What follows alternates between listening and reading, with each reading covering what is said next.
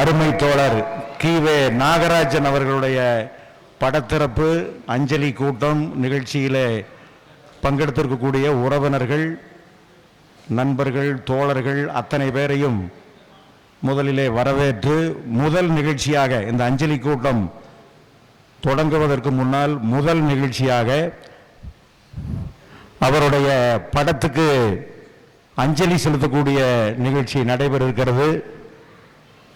அருமை தோழர், மூத்த தோழர் வள்ளுவராசன் அவர்கள் அவருடைய படத்தை திறந்து வைத்து முதலில் அஞ்சலி செலுத்துவார்கள். மறுபடியும் அனைவரும் வரிசையாக வந்து அவருடைய படத்துக்கு அஞ்சலி செலுத்தியதற்கு பின்னால் அஞ்சலி கூட்ட நிகழ்ச்சி இங்கே தொடங்கும் என்பதை தெரிவித்து முதலிலே தோழர் வள்ளுவராசன் அவர்கள் அவருடைய படத்தை திறந்து வைத்து மலரஞ்சலி செலுத்த வேண்டும் என கேட்டுக்கொள்கிறோம்.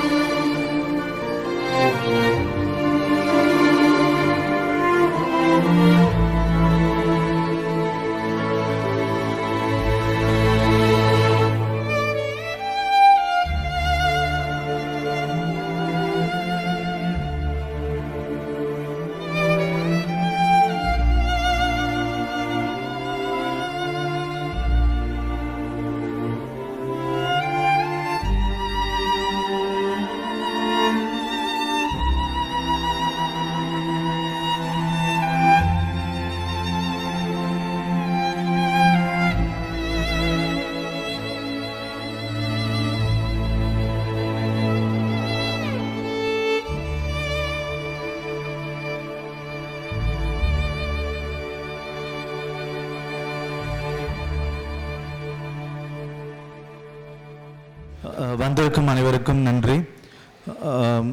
எங்கள் அப்பாவோட சில நினைவுகளை பகிர்ந்துக்கலான் இருக்கேன். ஸோ அதுக்கு முன்னாடி கடந்த 11 நாட்களாக மருத்துவமனையில் அனுமதிக்கப்பட்டிருந்த போது எங்கள் உறவினர்கள் தான் எங்கள் பக்க பலமாக கூட இருந்தாங்க. அவங்க இல்லைன்னா நாங்கள் இந்த துயரத்தை கடந்து வந்திருக்க முடியாது. எங்கள் உறவினர்கள், நண்பர்கள், தோழர்கள் எல்லாருக்கும் ரொம்ப நன்றி. ஸோ சின்ன வயசுலேருந்தே எங்களுக்கு ஒரு புத்தகம் படிக்கிற பழக்கத்தை எங்கள் அப்பா ஏற்படுத்தி கொடுத்தாரு. சென்ட்ரல் லைப்ரரிக்கு எங்கள் அப்பா கூட்டிகிட்டு போவார். நிறைய புத்தகங்கள் வீட்டில் இருக்கும். கம்யூனிச புத்தகங்கள், செம்மலர், தீராநதி அப்படிங்கிற நிறைய புத்தகங்கள் எங்கள் வீட்டில் வந்துகிட்டே இருக்கும். ஸோ புத்தகம் படிக்கிற ஆர்வத்தை எங்கள் அப்பா எங்களுக்கு தூண்டியிருக்காரு. அடுத்தது சாதி மறுப்பு திருமணம். நான் பெரியார் இயக்கத்தில் இருக்கேன். நாங்கள் 2 பேருமே. அப்பா கம்யூனிஸ்ட் இயக்கத்தில் இருக்காங்க. எங்களை பொறுத்தவரை சாதி மறுப்பு திருமணம் செய்கிறதா எங்களுக்கு கௌரவம். ஸோ ஒரே சாதியில் திருமணம் செய்கிறது எங்களுக்கு ஏற்புடையது அல்ல. எங்கள் அப்பா சுகதேவ் அவன் காதல் திருமணம், சாதி மறுப்பு திருமணம் செய்த போது உடனடியாக அது இருக்குது எங்கள் அப்பா ஏற்றுக்கிட்டாரு. அந்த கம்யூனிச கொள்கையை வீட்லேயும் நாங்கள் கடைப்பிடித்தோம். எங்கள் அப்பா இறந்த போது அந்த உடலுக்கு எந்த வித சடங்கும் நாங்கள் செய்யலை. இப்பொழுது தோழர் சூப்பே நடராசு அவர்கள் தலைமை தாங்குவார்.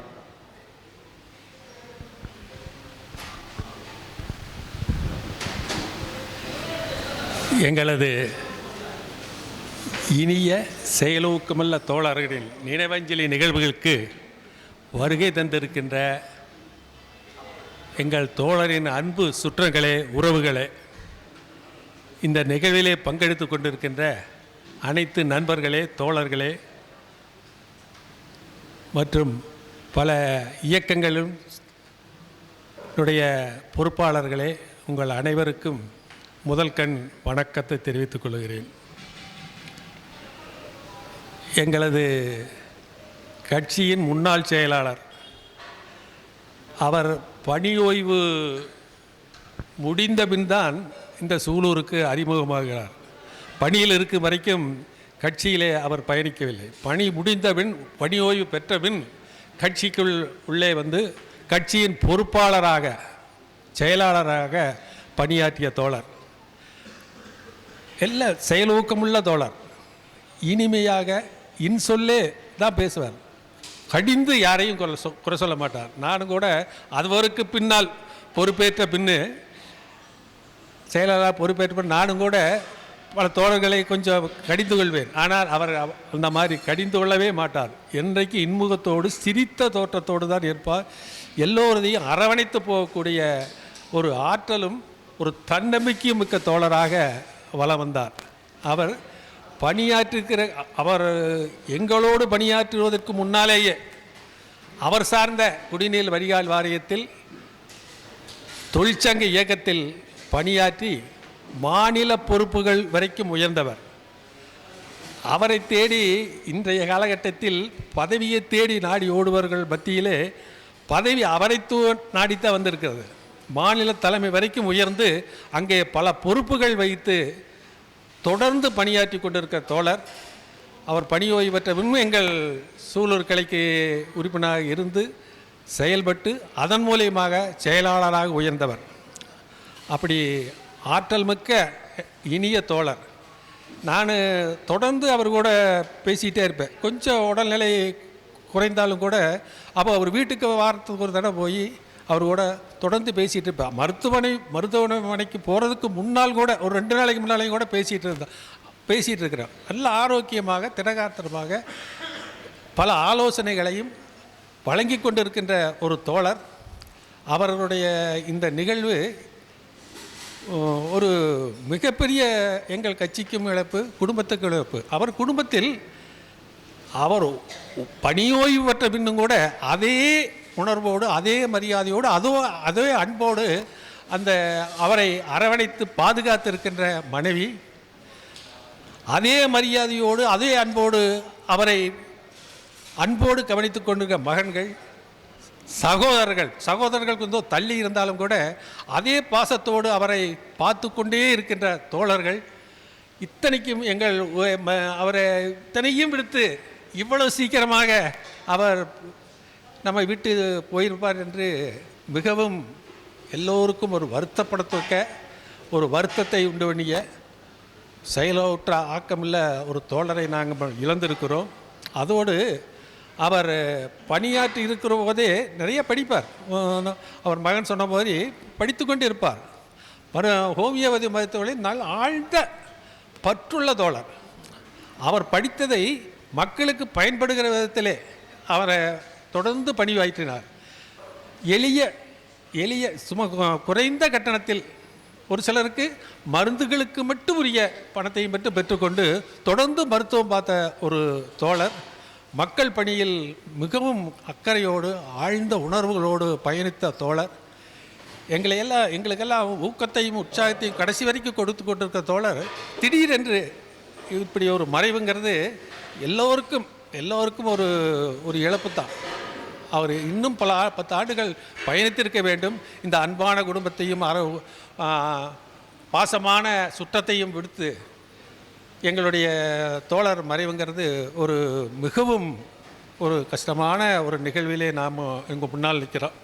ஆகவே இந்த நிகழ்விலே நீங்கள் பங்கெடுத்திருக்கிறீர்கள். அவரை பற்றி முதல்ல அவரோடு பயணித்த குடிநீர் வாரியத்தில் அவரோடு தொடர்ந்து பயணித்த தோழர்கள் அவரை பற்றி சொன்னால் அவரை பற்றி பேசினால் சரியாக இருக்கும் என்று எண்ணுகிறேன். அந்த விதத்தில் தோழர் ஜெகநாதன் ஏஐடிசி தொழிற்சங்கத்தில் பணியாற்றி அவரோடு பயணித்த தோழர் ஜெகநாத் அவர்களை அழைக்கிறேன். அனைவருக்கும் வணக்கம். குடிநீர் வடிகால் வாரியத்தில் நாகராஜனை முதல்ல ஈரோடு RWS டிவிஷனில் சந்தித்தேன். அதற்கு பின்னாலே வாரியத்தில் தொழிற்சங்கங்களில் 2 பேரும் இணைந்து செயல்பட்டோம். ஒரு சில காரணங்களால் ஏற்கனவே இருந்த தொழிற்சங்கத்தில் கொஞ்சம் முரண்பாடுகள் வந்ததுனால நாங்கள் கடைசியாக ஆடிட்டிங்கில் இருக்கும்போது சென்னையிலிருந்து வந்த தோழர் பிஹெச்எம் காந்தி அவர்கள் தான் ஏஐடிசி சங்கத்தில் ஏற்படுத்தி எங்களெல்லாம் நிர்வாகிகளாக போட்டு நாங்கள் மாநில நிர்வாகிகள் வரைக்கும் உயர்ந்ததுக்கு காரணம் காந்தியோட வழிகாட்டுதல் தான். அவர் வந்து மாநில செயலாளராக இருந்தார், நாங்கள் மண்டல செயலாளராக இருந்தேன். குடிநீர் விளையாட்டு இடையிலேயே ஹோமியோபதி இதை வந்து எல்லா மக்களுக்கு உதவியாக இருக்கும் என்று சொன்னதனுடைய ஹோமியோபதி படிந்து திண்டுக்கல் வெள்ளைசாமி அவர்களுடைய வழிபடி ஹோமியோபதி படித்து அவர் வீட்டிலேயும் இது பண்ணுவார். கட்சி ஆஃபீஸ், தாலுக்கா ஆஃபீஸு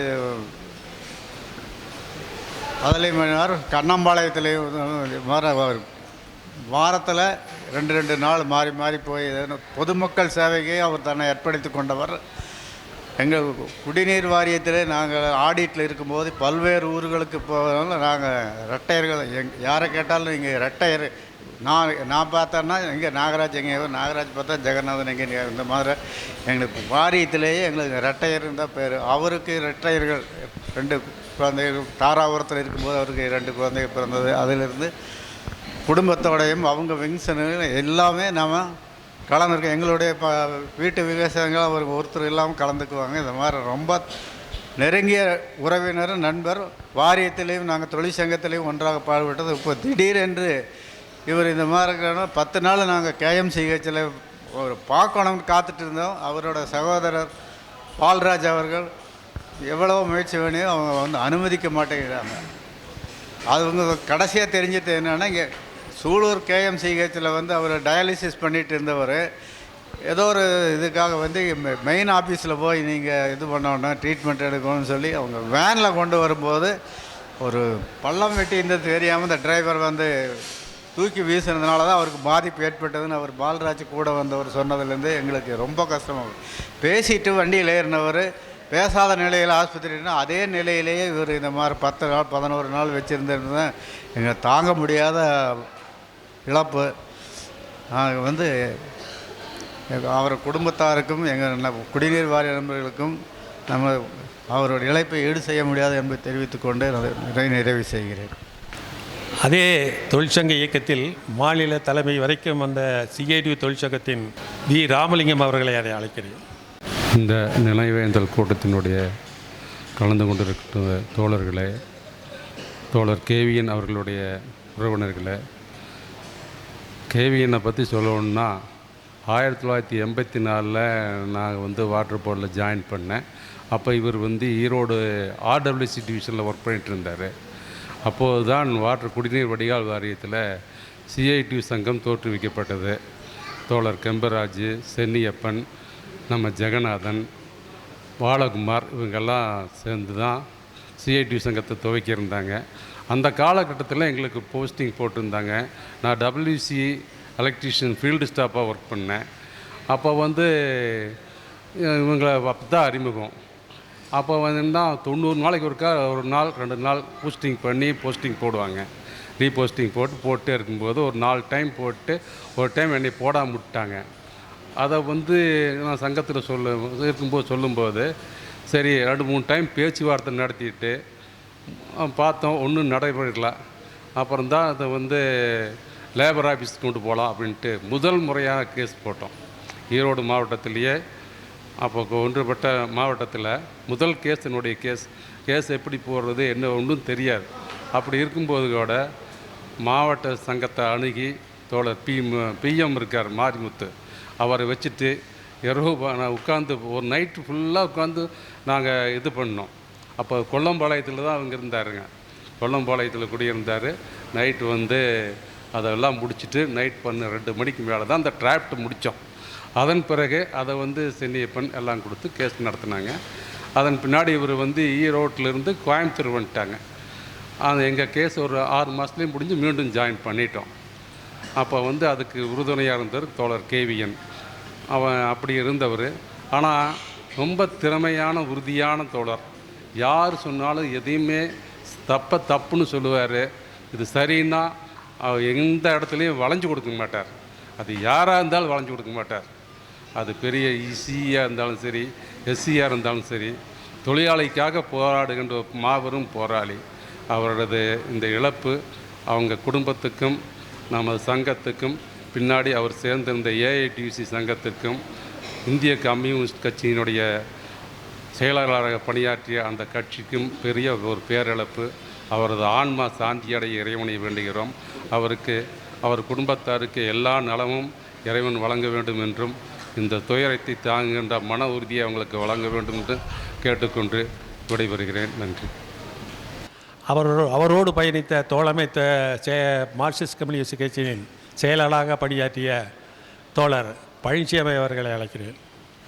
இந்த நினைவேந்தல் கூட்டத்தில் கலந்து கொண்டிருக்கக்கூடிய அனைவருக்கும் வணக்கத்தை தெரிவித்துக் கொள்கிறேன். தோழர் கனகராஜ் அவர்கள் மறைவு கேட்டு மிகவும் அதிர்ச்சியுற்றேன். அவர் இறந்த தருவாயில் நான் பொள்ளாச்சியில் இருந்தேன். அன்று வர முடியவில்லை. அடுத்த நாள் வந்து அவருடைய சகோதரர்களை சந்தித்து பேசினேன். தோழர் கனகராஜ் அவர்கள்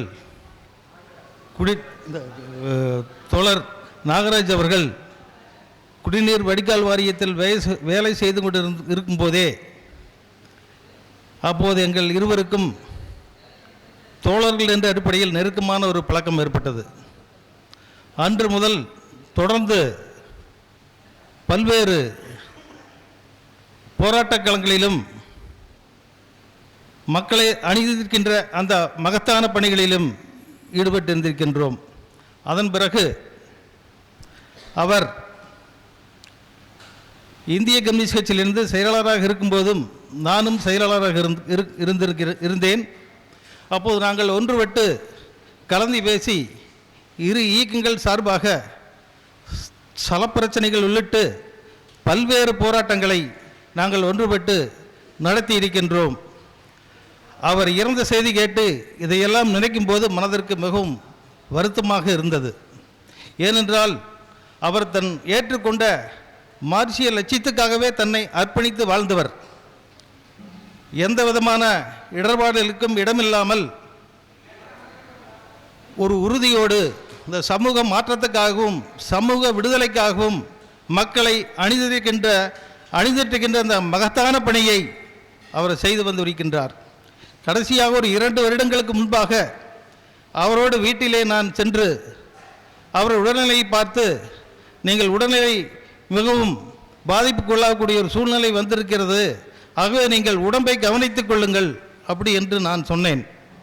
அப்போது உங்களுக்கு மிகவும் சத்து குறைபாடு ஏற்பட்டிருக்கிறது, ஹோமியோபதியில் நான் மருந்து தொடர்ந்து சாப்பிட்டு கொண்டிருக்கிறேன் என்று எங்களிடம் சொன்னார். இருந்தாலும் நீங்கள் இதை மறு ஆய்வு செய்யுங்கள், இப்படியே விட்டுவிடாதீர்கள் என்று நான் பலமுறை அவரிடம் சொன்னேன். தோழர் எனக்கு உடல்நிலை நல்லா இருக்கிறது என்று சொன்னார். ஆகவே அவர் உடல்நிலையும் கூட வலுப்படுத்தாமல் கட்சியை பற்றியும் தோழர்களை பற்றியும் சமூக மாற்றத்தை பற்றியுமே அவர் பேசி வாழ்ந்து வந்தவர். அவர் எந்த லட்சியத்துக்காக வாழ்ந்தாரோ அந்த லட்சியத்தோடு அவர் என்றென்றும் நீடிப்பார், நிலைப்பார் என்று இந்த நினைவேந்தல் கூட்டத்தில் தெரிவித்துக் கொண்டு அவரை இழந்து வாடுகின்ற அவர் குடும்பத்தாருக்கும் இந்திய கம்யூனிஸ்ட் கட்சி தோழர்களுக்கும் என் ஆழ்ந்த இரங்கலையும் என் சார்பாகவும் மார்க்சிஸ்ட் கம்யூனிஸ்ட் கட்சியின் சார்பாகவும் தெரிவித்துக் கொள்கிறேன். வணக்கம். அவர் கட்சிக்கு வருவதற்கு முன்னாலேயே ஏஐடியூசி தொழிற்சங்க அமைப்பிலிருந்தும் கட்சிக்கு உள்ளே வந்து தொடர்ந்து செயலாற்றிய போதும் கட்சி செயலாளராக பணியாற்றிய போதும் தொடர்ந்து அவரோடு பயணித்த இந்திய கம்யூனிஸ்ட் கட்சியின் ஒன்றிய செயலாளர் தோழர் வசந்தகுமார் அவர்களை அழைக்கிறேன். தோழர் KV நாகராஜ் அவர்களுடைய நினைவேந்தல் கூட்டத்தின் தலைமையேற்று நடத்தி கொண்டிருக்கிற கட்சியின் சூலூர் கிளை செயலாளர் தோழர் சூப்பை நடராஜ் உள்ளிட்டு மேடையில் வீற்றிருக்கிற அத்தனை தோழர்களுக்கும் அதே போல தோழர்களுக்கும் அவருடைய குடும்ப உறவுகளுக்கும் இந்த நிகழ்வென்பது ஒருவர் பிறந்தார், வாழ்ந்தார், மறைந்தார் என்கிற சொற்றாளருக்கு முன்பு அவருடைய நினைவுகளை பகிர்வது இன்றைக்கு அவசியமாயிருக்கிறது. அவர் தன்னுடைய வாழ்க்கையில் 71 ஆண்டுகளை பூர்த்தி செய்திருக்கிறார். இயற்கை என்பது அது எந்த நேரத்திலும் பிறப்பும் இறப்பும் என்பது இன்றைக்கு இயல்பாக நடக்கக்கூடிய இயற்கையை மிஞ்சிவிட யாராலும் முடியாது என்பது உண்மைதான். இன்னும் சில காலம் இருந்திருக்கலாம். ஆனால் அவர் வாழ்ந்த காலத்தில் ஒரு நிறைவான வாழ்க்கையை வாழ்ந்திருக்கிறார் என்று நான் எண்ணுகிறேன். தோழரை நான் அறிமுகம் ஆகும்போது அவர் பார்த்தீங்கன்னா போராட்டங்களில் இயக்கங்களில் வரும்போது புதிதாக வந்தார். ஒரு புதிதாக ஒரு தோழர் வந்திருக்காரு, நல்லா இன் பண்ணியிருக்காரு, படித்தவர் மாதிரி இருக்கார். அப்புறம் தோழர்கள்கிட்ட விசாரிக்கும் போது இல்லை அவர் குடிநீர் வடிகால் வாரியத்திலிருந்து இப்போ சூலூர் கிளைக்கு புதிதாக உறுப்பினராக சேர்ந்திருக்கார் அப்படின்னு சொல்லும்போது முதல்ல அவருடைய தோற்றம் ஒரு கொஞ்சம் படித்தவர் போல கொஞ்சம் இருப்பார் என்று என்னுடைய மனதில் ஒரு எண்ணம் இருந்தது. பிறகு அவருடன் ஒவ்வொரு நாளும் பழக வேண்டிய கட்டத்தில் அவருடைய பற்றி அவர் ஒரு இயல்பாகவே ஒரு மென்மையான மனம் கொண்ட ஒரு தோழர் என்று அவருடைய பழகிய நாட்களில் நமக்கு புரிந்தது. ஆனால் முதலில் அவருடைய தோற்றத்தை பார்க்கும் பொழுது ஏதோ ஒரு கொஞ்சம் அரசு ஊழியர் என்றால் கொஞ்சம் கடுகடுன்னு இருப்பாங்க, சிடுசிடுன்னு இருப்பாங்க அப்படிங்கிற மாதிரியான தோற்றம் இருந்தது. அது அவருடன் பழக பழக அது இல்லை, அதற்கு நேர் எதிரான மனப்பாங்கு கொண்ட ஒரு தோழர் என்று நமக்கு புரிந்தது. பின்பு அவரோடு ஒவ்வொரு இயக்கத்திலும் போராட்டத்திலும் கலந்து கொண்டிருக்கிறேன். உண்மையில் நாங்கள்லாம் எல்லாரையும் தோழர் என்று சொல்லும் பொழுது அவருடைய தோழர் என்கிற வார்த்தை என்பது அந்த லா என்பதை அவர் தமிழ் லகரமாக அதை தெளிவாக சொல்லுவார். அது எல்லாருக்கும் அந்த மாதிரியான சொற்றாடல் சொல்ல முடியாது.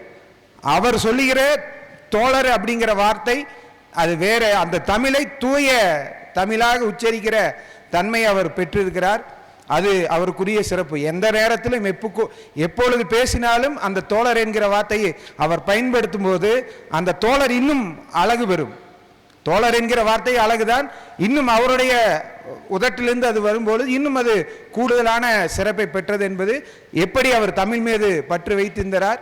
அதே போல் அவருடைய புதல்வர்களுக்கு இருவருக்கும் திருமணம் செய்யும் பொழுது அந்த திருமண நிகழ்வுகளிலும் எந்த சம்பிரதாயம் இல்லாமல் ஒரு ஜாதி மறுப்பு திருமணமாக சீர்திருத்த திருமணமாக இன்று நடத்தியிருக்கிறார் என்பது நமக்கெல்லாம் பூரிக்கிறது. இன்றைக்கு காலகட்டத்தில் ஒவ்வொரு நகர்வுக்கும் நாம் எடுத்து வைக்கிற ஒவ்வொரு நடைக்கும் இன்றைக்கு ஜோசியம் பார்க்கிற சாங்கியம் பார்க்கிற இந்த காலகட்டத்தில் தன்னுடைய புதல்வர்களுக்கு இந்த சமூகம் என்ன சொன்னாலும் பரவாயில்லை, நான் இப்படித்தான் திருமணம் செய்வேன் என்று உறுதியாக நின்று அந்த திருமணத்தை நடத்தி இன்றைக்கு அவர்களுடைய வாழ்க்கையில் அடுத்த கட்டத்துக்கு செல்வதற்கு அவர் பல்வேறு முயற்சிகளை செய்திருக்கிறார். அதே போல ஹோமியோபதி தோழர்கள் குறிப்பிடும்போது சொன்னார், வாழும்பொழுது ஏதாவது ஒன்று கற்றுக்கொண்டே இருக்க வேண்டும் என்கிற மார்க்சினுடைய அந்த உறுதிமொழியில் அவர் ஹோமியோபதியை வேலை செய்கிற காலகட்டத்திலே கற்றுக்கொண்டார். சூலூர் அலுவலகத்தில், சந்தை வீதியில் இருக்கக்கூடிய சூலூர் அலுவலகத்தில் பல மாணவர்களுக்கு குறிப்பிட்ட காலம் அவர் சொல்லியும் தந்தார். அதே போல் அவர் கண்ணம்பளையும் தோழர்கள் இன்னும் குறிப்பிடுவார்கள். எந்த கட்டணம் என்பது ரொம்ப மிகவும் குறைவாக இருக்கும். நான் கேட்ட ஏன் தோழர் நீங்கள் இலவசம் என்பது அது சரி இருக்காது, அவர்கள் என்ன முடியுமோ அதை கொடுத்தா வாங்கிட்டா போகுது அப்படின்னு இயல்பாக சொல்லுவார். இப்படி அதே போல் அவருடைய மரணம் பின்பு அவர் என்ன ஆசைப்பட்டாரோ அந்த ஆசையை இன்றைக்கு அந்த குடும்பம் நிறைவேற்றி இருக்கிறது. எனவே அவருடைய வாழ்க்கை என்பது இன்னும் சில காலம் இருந்திருந்தால் இன்னும் எல்லாருக்கும் நன்றாக இருந்திருக்கும். என்ன இயற்கை நான் முன்னாடியே குறிப்பிட்ட இயற்கை யாரும் வெல்ல முடியாது. அது நம்முடைய காலத்தில் நாம் என்ன சாதித்திருக்கிறோம் என்றால் இத்தனை தோழர்களையும் இத்தனை உறவுகளையும் அவர் பெற்றிருக்கிறார். அவர் நினைவை போற்றுகிற இந்த நிகழ்வு. எனவே அவருடைய நினைவுகளுக்கு மரணமில்லை, அவருடைய உடலுக்குத்தான் மரணம். எனவே அவருடைய நினைவுகளை போற்றுவோம். அவர் என்ன லட்சியத்தோடு வாழ்ந்தாரோ அதை நாம் இன்னும் கடைபிடிக்க வேண்டும் என்கிற அந்த உறுதிமொழியோடு அனைவருக்கும் நன்றி கூறி முடிக்கிறேன். நன்றி. அவரோடு பயணித்த இன்றைக்கு மார்க்சிஸ்ட் கம்யூனிஸ்ட் கட்சியின் செயலாளராக இருக்கின்ற தோழர் ராஜப்பாவை அவர்களை அழைக்கிறேன். தோழர் நாகராஜ் அவர்களின் இரங்கல் கூட்டத்துக்கு வந்திருக்கும் உங்கள் அனைவருக்கும் முதல்கண் பணிவான காலை வணக்கத்தை தெரிவித்துக் கொள்கிறேன். தோழர் அவர்கள் முதலில் குடிநீர் வடிகால் வாரியத்தில் பணியாற்றிய போது சிஐடி சங்கத்தில் தன்னை முதலில் இணைத்து கொண்டார்.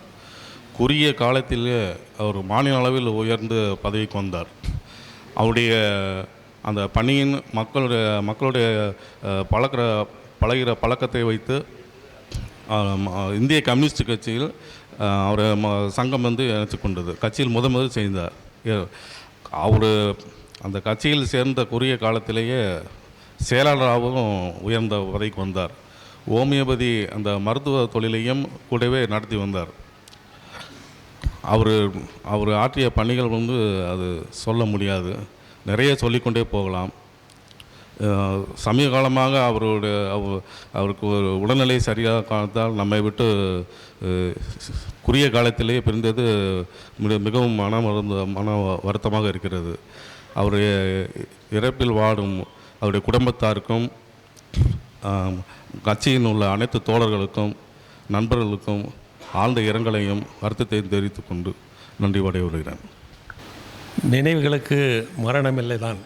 ஆகவே அவர் கட்சியிலும் மட்டுமற்ற இல்லை செயலாளராக இருந்துக்கல, தமிழ்நாடு கலை இலக்கிய பெருமன்றத்திலும் ஒரு செயலாளராக பொறுப்பேற்று பயணித்த தோழர். அந்த காலகட்டத்தில் அவரோடு பயணித்த தமிழ்நாடு கலை இலக்கிய பெருமன்றத்தின் துணைத் தலைவராக இன்றைக்கு இருக்கிற கவிஞர் ஆர் ராமசாமி அவர்களை அழைக்கிறேன். தோழர் KV நாகராஜ் அவர்களது இந்த அஞ்சலி கூட்டத்திலே இவ்வளவு விரைவாக அவரது நினைவேந்தல் கூட்டத்திலே கலந்து கொள்ள வேண்டியிருக்கும் என்றும் சற்றும் எதிர்பார்க்கவில்லை. உண்மையிலேயே எங்களுக்கு மட்டுமல்ல, அவர்கள் குடும்பத்தைச் சேர்ந்த அனைவருக்கும் இது ஒரு மிகப்பெரிய துயர நிகழ்ச்சி. ஏனென்றால் இயற்கை என்பது ஒவ்வொருவருக்கும் கெடுவித்துள்ளது போல தோழர் நாகராஜுக்கும் கெடுவித்து விட்டது, தவிர்க்க முடியவில்லை.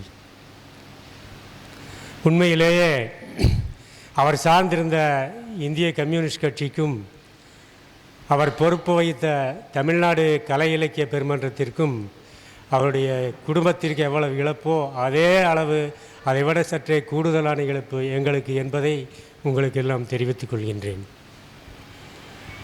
அவர் தன்னுடைய நலனை விட பிறர் நலனிலே ரொம்ப அக்கறை காட்டுபவர். இந்த கூட்டம் ஆரம்பி சற்று நேரம் முன்பு அவருடைய சகோதரிடம் நான் பேசிக்கொண்டிருந்த போது அவரிடம் துளிர்விற்ற ஒரு சிறந்த குணத்தை என்னால் அடிஷனலாக காண முடிந்தது. அதாவது பிறருடைய நலனில், பிறருடைய ஆரோக்கியத்தில் அவர் எவ்வளவு கண்டிப்பாக இருந்தாரோ, நீங்கள் இப்படித்தான் இருக்க வேண்டும், இதைத்தான் கடைப்பிடிக்க வேண்டும் என்று கண்டிப்பாக இருந்தாரோ, அதே அளவு தன்னுடைய நலனில் அவர் அக்கறை காட்டவில்லை என்பது அதன் மூலம் எனக்கு தெரிய வந்தது. ஒரு விதத்தில் கண்டிப்பாக இருந்தவர், இன்னொரு தன்னை பொறுத்தவரையிலே கண்டிப்பு இல்லாமல் இருந்துவிட்டது ஒரு பேரிழப்பு தான். அதே போல் இந்த கூட்டத்திலே வந்திருக்கின்ற அனைவரும் ஏதோ ஒரு விதத்தில் அவருடன் நெருங்கி பழகி அவருடைய இழப்பை நன்றாக உணர்ந்திருப்பீர்கள் என்று நினைக்கின்றேன். உங்களுடைய இந்த சோகத்திலே பங்கு பெறும்போது ஒரு மனிதன் தான் இந்த உலகத்தை விட்டு போகும்போது என்ன குணத்தை கொண்டிருந்தாரோ அந்த குணம் அவர் பழகியவர்கள் மத்தியிலே எவ்வளவு காலம் நிலைத்திருக்கிறதோ அதுதான் அவருடைய சிறந்த பண்பு. அதுபோல அவருடைய நற்பண்புகள் நம்மிடையே என்றும் நிலைத்திருக்க வைத்திருக்கிறார் என்று கூறி அவருடைய நினைவை நாம் என்றும் மறவாமல் முடிந்த அளவு அவருடைய நற்குணங்களை நாம் கடைப்பிடிக்க முயற்சிக்க வேண்டும் என்று கூறி நன்றி கூறி விடைபெறுகிறேன். அவரோடு பயணித்த தோழர் மார்க்சிஸ்ட் கம்யூனிஸ்ட் கட்சியின் தோழர் வேலுச்சாமி அவர்களை அழைக்கிறேன். தோழர்களே, அனைவருக்கும் முதன்கண்ட நன்றியை தெரிவித்துக் கொள்வதோடு, நான் சூலூர் பேரூராட்சியில் 7வது வார்டு கவுன்சிலராக முதல் முறையாக போட்டியிடும்போது நமது தோழர் வீடு வீடாக சென்று ஓட்டு கேட்டது இன்னும் நினைவுபடுத்துகிறேன்.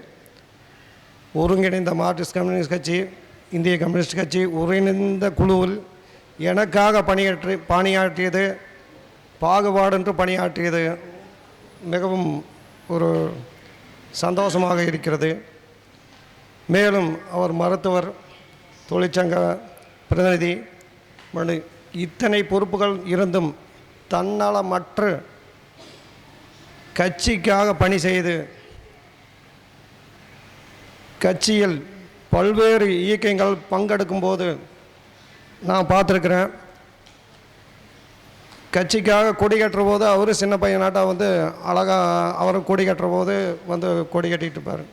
அதை அந்த உயர்ந்தவர் தாழ்ந்தவர் கொடி கட்டுறது இந்த பல்வேறு பிரச்சனைகள் மனசில் இருக்காது. அவர் ஒரு மனிதர், அவ்வளோதான், ஒரு தோழர். கொடி கட்டுற போது கூட ஒரு தோழர், அவ்வளோதான், நம்மளுக்கு அந்த கடமை இருக்குது அப்படின்னு கொடி கட்டியது நான் பார்த்துருக்குறேங்க. அந்த வகையில் பார்த்தா அந்த தோழர் விட்டு சென்ற பணியை நாம் மீண்டும் அவங்க குடும்பத்தாரும் நாமும் அனைவரும் சேர்ந்து அவர் விட்டு சென்ற பணியை துவங்குவோம் என்று வாய்ப்புக்கு நன்றி கூறுகிறேன். தொடர்களே, அடுத்ததாக அவரோடு தொடர்ந்து பயணித்த, தொடர்ந்து இயங்கிய இந்திய கம்யூனிஸ்ட் கட்சியின் மாவட்ட நிர்வாகக்குழு உறுப்பினரும் முன்னாள் பேரூராட்சி தலைவருமான தோழர் மௌனசாமியை அழைக்கிறேன். மறைந்த அருமை தோழர் கீவே நாகராஜன் அவர்களுடைய படத்தரப்பு அஞ்சலி நிகழ்ச்சியில் பங்கெடுத்திருக்கக்கூடிய சொந்தங்கள், பந்தங்கள், தோழர்கள், நண்பர்கள் அத்தனை பேருக்கும் முதல்கண் வணக்கம். முதலில் நான் அந்த குடும்பத்தாருக்கு என்னுடைய வாழ்த்துக்களை தெரிவித்துக் கொள்கிறேன். அவர் 5ஆம் தேதி காலை 7 மணிக்கு மறைந்தவுடன் அவருடைய மகன் சுகதேவ் எனக்கு அந்த தொலைபேசியில் இறப்பு செய்தியை சொன்னதோடு கூடவே ஒரு செய்தியை சொன்னார்கள். என்னுடைய தந்தையார் எனக்கு எவ்வித சடங்குகள் சம்பிரதாயம் இல்லாமல் என்னை அடக்கம் செய்ய வேண்டும் என்று கேட்டுக்கொண்டிருக்கிறார். அப்படி செய்து விடலாம் தானே என்று கேட்டார். நான் கொஞ்சமும் தாமதிக்காமல் அப்படியே செய்யலாம், ஒன்றும் பிரச்சனை இல்லை என்று நான் தெரிவித்தேன்.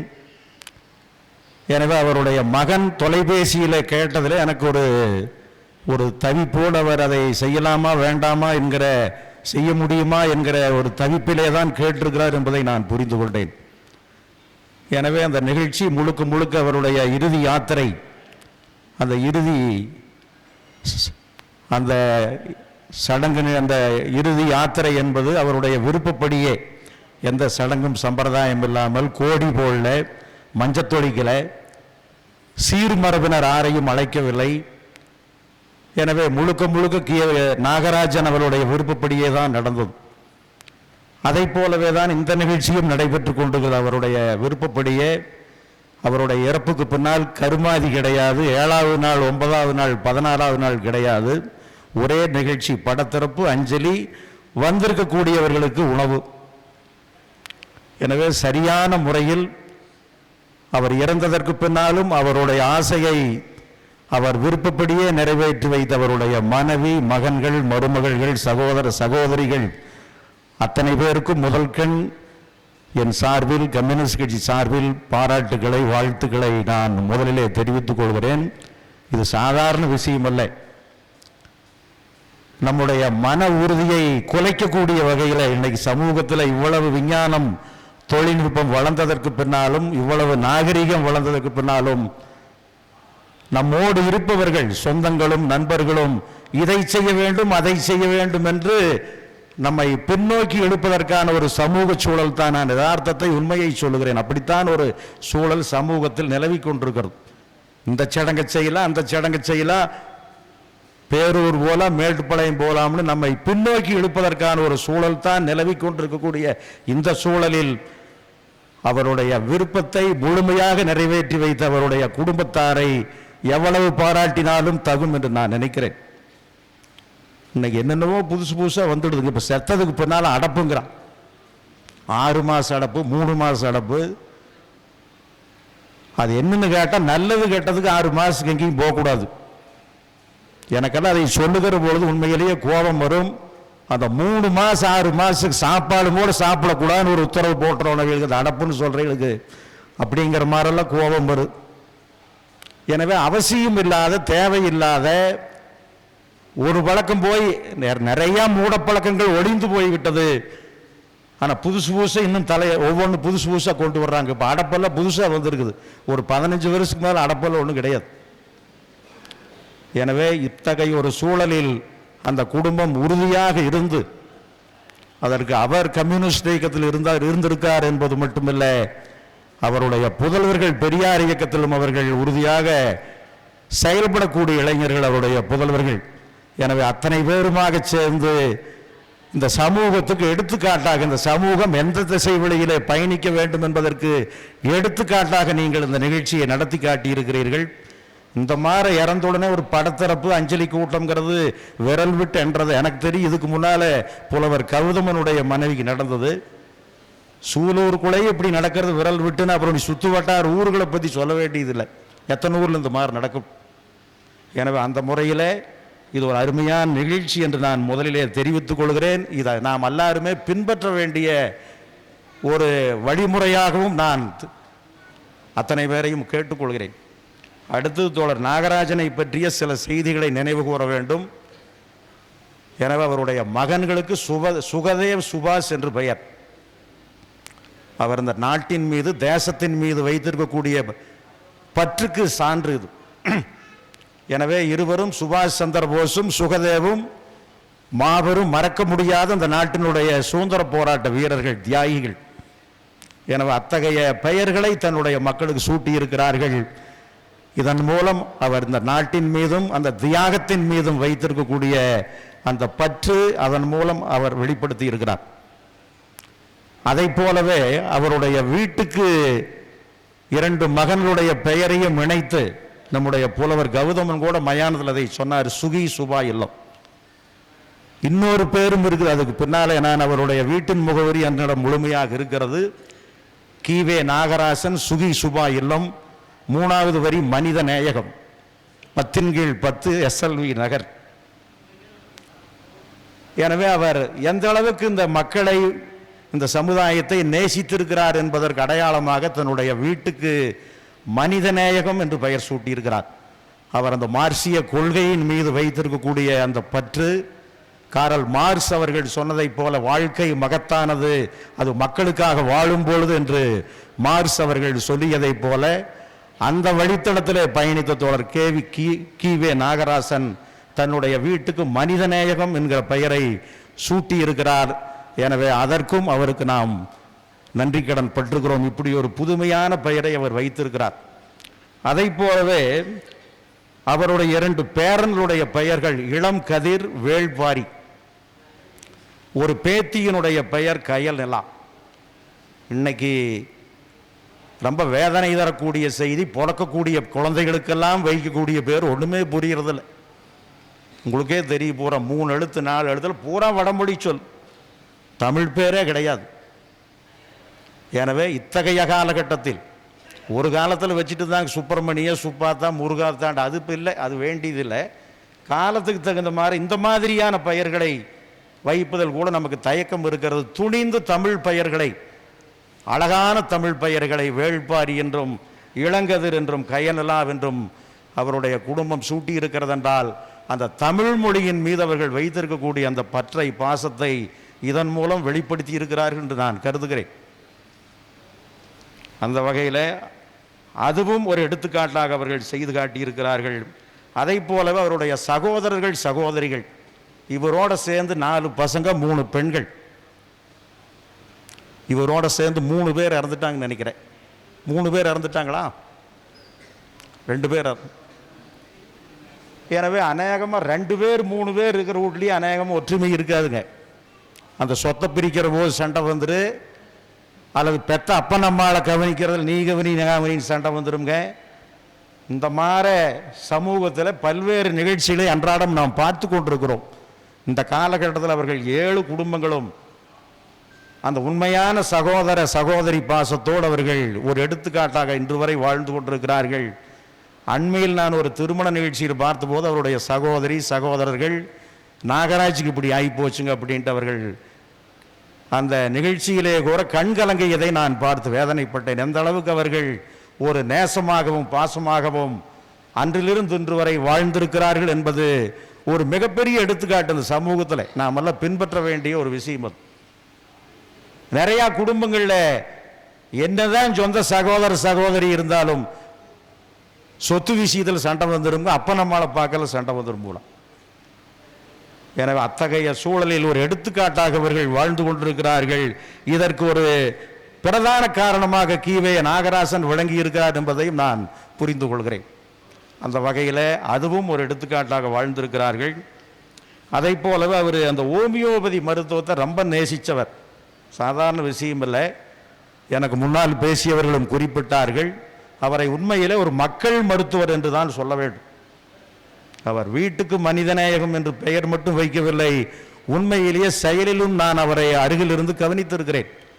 கண்ணம்பாளையம் பாலன் இல்லத்தில் வந்து வாரத்துக்கு 2 நாள் நம்முடைய கட்சி அலுவலகம் பாலன் இல்லத்திலே இருந்து அங்கே சாதாரண ஏழை எளிய மக்களுக்கு தேடி வரக்கூடியவர்களுக்கு அந்த ஹோமியோபதி மருத்துவத்தை அவர் பார்த்து கொண்டிருந்தார்கள். நான் அருகிலிருந்து கவனிப்பேன். ஒன்றுமே இல்லாத வர்றதை கேட்டால் அவை கொடுத்தால் வாங்க மாட்டார் பணம். அதிகபட்சமாக வாங்குறது ஒரு 50 ரூபாய்க்கு மேலே இருக்காது. 10, 20, 30 அப்படின்ட்டு அவர் வாங்குகிற கட்டணம் அவ்வளவாத்தான் இருக்குது. அந்த மருந்துக்கு அளவானதாக இருக்கு. அந்த முறையில் அவர் உண்மையிலேயே ஒரு மக்கள் மருத்துவராக கடைசி வரை வாழ்ந்திருக்கிறார். கடைசியில் சிறுநீரகம் பாதிக்கப்பட்ட ஒரு டயாலிசிஸ் கிட்டத்தட்ட ஒரு 2 வருஷமாக பண்ணிட்டு இருக்கிறார், வாரத்துக்கு 2 நாள். இந்த சூழலிலும் அவர் வீட்டிலே அவரை தேடி வரக்கூடியவர்களுக்கு அந்த மருத்துவத்தை பார்த்து கொண்டிருக்கிறார். இவர் ஒரு பக்கம் சிகிச்சை, இன்னொரு பக்கம் அந்த மக்களுக்கு பார்க்கக்கூடிய மருத்துவத்தையும் அவர் கைவிடவில்லை. இன்னொன்று, அவர் இந்த அலோபதி மருத்துவத்தில் நடைபெறக்கூடிய முறைகேடுகள், மோசடிகளை எல்லாம் அதற்கு மாற்றாக இந்த மருத்துவம் வளர வேண்டும் என்கிற ஒரு உறுதிப்பாடுடன் தன்னுடைய வாழ்நாள் முழுவதும் செயல்பட்டவர். அந்த கரோனா காலகட்டத்தில் கண்ணம்பாளையத்தில் நாங்கள் பல்வேறு மக்கள் நல பணிகளை செஞ்சோம். அதில் செஞ்சதில் இன்னொரு பணி, அந்த ஹோமியோபதியில் ஆர்சானிக் ஆல்பம் என்கிற ஒரு மாத்திரை, அதை சாப்பிட்டாலும் அந்த கரோனாவுக்கு எதிரான ஒரு மருந்தாக அது அன்னைக்கு முன்னால் இருந்தது. அப்புறம் அவரிடத்தில் நாங்கள் பேசிய பொழுது அந்த மருந்து பார்த்தீங்கன்னா ஒரு சின்ன குப்பி 30 ரூபாயிலிருந்து 50 ரூபா வரைக்கும் அந்த காலகட்டத்தில் விற்று கொண்டிருந்தது. நாங்கள் எங்கள் ஊரில் இருக்கிற மக்களுக்கு அதை கொடுக்க வேண்டும் என்று விரும்புகிறோம். நாகராஜ் அந்த செய்தியை சொன்ன பொழுது அவர் ஏற்கனவே தொடர்பு வைத்திருக்கக்கூடிய அவர் நண்பர் காந்திபுரத்தில் அந்த மருந்தை எங்களுக்கு அவர் வெறும் 15 ரூபாய்க்கு வாங்கி கொடுத்தாரு. சொல்லி கிட்டத்தட்ட 1500 பாட்டில் நாங்கள் வாங்கி அதை வீடு வீடாக கொண்டு போய் கொடுத்த அந்த கரோனா சமயத்தில். எனவே அந்த மருந்தை எங்களுக்கு வாங்கி அவர் உரிய நேரத்தில் அந்த மக்களுக்கு சேவை செய்வதற்கு எங்களுக்கு ஒத்தாசையாக இருந்தார் என்பதை நேரத்தில் நான் தெரிவித்துக் கொள்கிறேன். ஏற்கனவே நம்முடைய சூப்பை நடராஜ் அவர்கள் சொன்னதை போல கம்யூனிஸ்ட் கட்சியில் வந்து வட்டாரக்குழு உறுப்பினராகவும் கிளை செயலாளராகவும் சில ஆண்டுகள் அவர் பணியாற்றியிருக்கிறார். தமிழ்நாடு கலை இலக்கிய பெருமன்றத்தில் நம்முடைய ஆசிரியர் சுந்தர்ராஜ் அவர் தலைவராகவும் நாகராஜ் அவர்கள் செயலாளராகவும் சில காலம் செயல்பட்டிருக்கிறார்கள். இன்னொரு அவருடைய புதல்வன் துவக்கத்தில் சொன்ன மாதிரி வாசிப்பு பழக்கம் அவரிடத்தில் இடையராது இருந்தது, கடைசி வரைக்கும் இருந்தது. பத்திரிகைகள் வாசிப்பு மட்டுமில்லை, நூல் வாசிப்பு பழக்கம் என்பது அவரிடத்தில் தொடர்ச்சியாக அதை அவர் கடைபிடித்து வந்தார்கள். இன்னைக்கு அறிவுதான் மனிதனை விடுதலை செய்யும் என்பது நாம் எல்லாரும் ஒப்புக்கொண்ட ஒரு விஷயம். எனவே காரல் மார்க்ஸ் அவர்கள் என்ன சொன்னார்களோ, மரணக்குழியில் விழும் வரை நான் மாணவன் படித்துக்கொண்டே இருப்பேன் என்று காரல் மார்க்ஸ் அவர்கள் சொன்னார்கள். அதை தோழர் நாகராஜ் அவர்களும் தன் வாழ்நாள் முழுவதும் ஒரு எடுத்துக்காட்டாக தொடர்ந்து தன்னுடைய அறிவை வளர்த்து கொள்வதில் இடையராது தொடர்ந்து வாசிப்பு பழக்கத்தை அவர்கள் கொண்டிருந்தார்கள். இன்னொன்று, அவரிடத்தில் இருக்கிற ஒரு பழக்கம், எந்த ஒரு இயக்கமாக இருந்தாலும் எந்த கூட்டமாக இருந்தாலும் அதுக்கெல்லாம் நிறைய செலவாகும் என்பதை புரிந்து கொண்டு அவரிடத்தில் எதுவுமே கேட்க வேண்டியதில்லை. ஒரு கலை இலக்கிய பெருமன்ற கூட்டத்துக்கு வந்தாருன்னா அந்த மாதந்தோறும் நடக்கிறது இந்தாங்கன்றது ஒரு 100 ரூபாயும் கொடுப்பார். அது சிறிய தொகையோ பெரிய தொகையோ, சின்ன நிகழ்ச்சியோ பெரிய நிகழ்ச்சி எதுவாக இருந்தாலும் தாமாக முன்வந்து, அதுதான் ஒரு முக்கியமான விஷயம், அதில் எடுத்துக்காட்டான விஷயம், தாமாக முன்வந்து அது எந்த காரியமாக இருந்தாலும் இந்தாங்கள் என்னுடைய பங்கென்று கொடுத்து விடக்கூடிய ஒரு நல்ல பழக்கத்தை அவர்கள் கொண்டிருந்தார்கள் என்பதையும் இந்த நேரத்தில் தெரிந்து கொண்டு, அவருடைய குடும்பம் அதை போல நான் கடைசியாக சொல்லி முடிப்பது, அவருக்கு வாய்த்திருக்கிற மனைவி கலைச்செல்வி, மகன்கள் சுகதேவ், சுபாஷ், 2 மருமகள்கள், பேரக்குழந்தைகள் என்ற ஒரு அருமையான நல்லதொரு குடும்பம், பல்கலைக்கழகம் என்று சொல்லுவார்கள். அப்படி ஒரு குடும்பத்தை அவர் உருவாக்கி இருக்கிறார்கள். எனவே அந்த குடும்பத்தில் இருக்கிற தலைவன் சரியாக இருக்கும் பொழுதுதான் ஒட்டுமொத்த குடும்பமும் சரியாக இருக்கும் என்பதை நாம் வாழ்க்கை அனுபவத்தில் நிறைய பார்த்துருக்கிறோம். எனவே அவர் ஒரு பிரதானமாக சரியான வழித்தடத்தில் பயணித்ததால் அவரோட குடும்பம் அதை போலவே ஒரு சிறப்பான குடும்பத்தை பெற்றிருக்கிறது. எனவே அவருடைய அவர் மட்டுமில்லை, அவருடைய மனைவி மகன்கள் அனைவரும் அது என்னையும் இன்னும் அத்தனை தோழர்களையும் சந்திக்கின்ற பொழுதெல்லாம் இந்த உலகத்திலேயே மிக உயர்ந்த சொல்லாக ஏற்றுக்கொள்ளப்பட்டிருக்கிற தோழர் என்று சொல்லிதான் அழைப்பார்கள். அது அண்ணன் மாம மச்சானுங்கிறத விட இந்த உலகத்திலேயே மிக உயர்ந்த சொல்லாக போற்றப்படக்கூடிய ஒரு சொல் என்பது தோழர். அந்த வார்த்தையை சொல்லித்தான் அழைக்கக்கூடிய ஒரு பழக்கத்தை தான் மட்டுமல்லாத அவருடைய குடும்பத்துக்கும் அவர் ஏற்படுத்தி கொடுத்திருக்கிறார். அவர் ஒரு மறக்க முடியாத தோழர், நெஞ்சில் நிலைத்திருக்கக்கூடிய அளவுக்கு எடுத்துக்காட்டாக பல்வேறு விஷயங்களிலே அவர் செய்திருக்கிறார்கள். அப்துல் கலாம் சொன்னதை போன்ற ஒரு மனிதனுடைய பிறப்பு ஒரு சம்பவமாக இருக்கலாம், ஆனால் இறப்பு ஒரு சரித்திரமாக இருக்க வேண்டும் என்பதற்கு எடுத்துக்காட்டாக வாழ்ந்து மறைந்த தோழர் கி.வே. நாகராஜன் அவர்களுக்கு அவருடைய இறப்பு கம்யூனிஸ்ட் கட்சிக்கு மட்டுமில்லை, இந்த சமூகத்துக்கே இழப்பு என்று நான் கூறி அவருடைய குடும்பத்துக்கு என்றென்றும் நாங்கள் உறுதுணையாக ஆதரவாக இருப்போம் என்று உறுதி கூறி நன்றி கூறி முடிக்கிறேன். தோழர்களே, ஒருவர் வாழ்ந்த வாழ்நிலையில் இதையெல்லாம் சாதித்தார் என்பதை நீண்ட நெடிய பட்டியலிட்டிருக்கிறார். என தொடர்ந்து அவரோடு பயணித்தவர். அதற்கு பிரதானமாக அந்த குடும்பத்தை முன்னெடுத்து அறிவு நெறியோடு முன்னெடுத்ததுக்கு அவர் அதிகம் தொடர்ந்து படித்து கொண்டிருந்தது தான். அந்த படிப்புக்கு உறுதுணையாக இருந்த அறிவு நெறி பரிபகத்தின் உரிமையாளர் தேவராஜ் அவர்களை அழைக்கிறேன். இந்த நிகழ்வின் தலைவர் தோழர் நடராஜ் அவர்களே மற்றும் இந்த நிகழ்வுக்கு வருகை தந்திருக்கின்ற அனைத்து தோழர்களுக்கும் வணக்கம். நாகராஜை பற்றி சொல்கிறதுன்னா அவர் முதல்ல சொல்லிட்டார். அதாவது நான் அலுவலகத்துக்குள்ளே அவருடைய வீட்லேயே ஒரு அலுவலகம் வச்சுருந்தார். அந்த அலுவலகத்துக்கு முன்னாடி போய் உட்கார்ந்தோம்னா, நாற்காலியில் உட்கார்ந்தோம்னா பழைய இதழ்கள் புத்தகங்கள் தான் வச்சுருப்பார். சுற்றியும் புத்தகங்களை தான் வச்சுருப்பார். அந்த மாத்திரையோ மருந்தெல்லாம் பின்னாடி தான் வச்சுருப்பார். அவருடைய நான் மேசையிலேயே இதழ்கள், பழைய இதழ்கள், புது இதழ்கள் எல்லாமே வச்சுருப்பார். தொடர்ந்து படிச்சுட்ருக்காரு. அதைத்தான் எல்லோரும் சொல்லிகிட்ருக்குறோம். அதை தாண்டி ஒரு மனிதநேயம் அவர்கிட்ட இருந்தது. கிட்டத்தட்ட ஒரு 10 ஆண்டுகளுக்கு முன்னாடி எங்களையெல்லாம் உருவாக்கின இந்த முற்போக்கு சிந்தனையில் எங்களையெல்லாம் என்னைய வரவர நண்பர் வரவராஜ் சுந்தரபாண்டியன்மார் ஆளுகளெல்லாம் தோழர்களெல்லாம் உருவாக்க காரணம் இருந்தவர் சந்தலை கௌரவன் அவர்கள் தான். அதை நாங்கள் எங்கள் ஆசான்னு தான் வச்சுருக்கிறோம். அந்த ஆசானுக்கு ஒரு 10 ஆண்டுகளுக்கு முன்னாடி திடீர்னு அவர் வீட்டு முன்னாடி மயக்கம் போட்டு விழுந்துட்டார். அப்புறம் இது என்னன்னே தெரியல. இரவு போய் படுக்கும்போது ஒரு 3 மணிக்கு 4 மணிக்கு வயிற்று வலி அதிகமாகிடுச்சு, தாங்க முடியல. அப்போ உடனே பக்கத்தில் நாகராஜ் தான் இருந்திருக்காரு. அப்போ நாகராஜ் எழுப்பி ஒரு மாத்திரை கொடுத்துருக்காப்புல. அந்த மாத்திரையில் கிட்டத்தட்ட ஒரு 7-8 மணி நேரம் அந்த மாத்திரையினால் அவருடைய உடம்பு தாங்கி வலி கொஞ்சம் குறைஞ்சிருச்சு. அப்புறம் தான் பொண்ணு மாப்பிள்ளையெல்லாம் வரவழைச்சி மருத்துவமனையில் போய் அனுமதி பெற்றார் புலவர். அந்த புலவர் முதல் சிகிச்சைங்கிறது தொடங்கினது அவர் ஒரு 10 ஆண்டுகளுக்கு முன்னாடி நாகராஜ் அவர் தான் இரவு 5 மணிக்கோ 4 மணிக்கோ ஒரு மாத்திரை கொடுத்தங்காட்டிக்கு ஒரு 4 மணி நேரம் நிம்மதியாக புலவர் தூங்கினார். அதுக்கு முதல் உதவி செஞ்சவர் நாகராஜ். காரணம் என்ன, இதெல்லாம் எங்கள் வாழ்நாள் நாங்கள் மறக்க முடியாத நிகழ்ச்சி. அதே மாதிரி ஒரு எளிமையான ஒரு குடும்பத்தில் எளிமையான பெண் அப்படின்னா அருமை கலைச்செல்வித்தை சொல்லணும். அவங்க ஒரு எம்ஏ பட்டதாரி. மவுன்சாமின்னு சொன்னார்ல அழகா, ஒரு எம்ஏ பட்டதாரி. இன்றைக்கி படிக்காதவங்களாம் பெரிய ஆளுன்னு நினச்சிட்டு பெரிய இதெல்லாம் நினச்சிட்டுருக்காங்க. ரொம்ப அடக்கத்தோட தோழர் தான் சொல்லுவாப்பில்.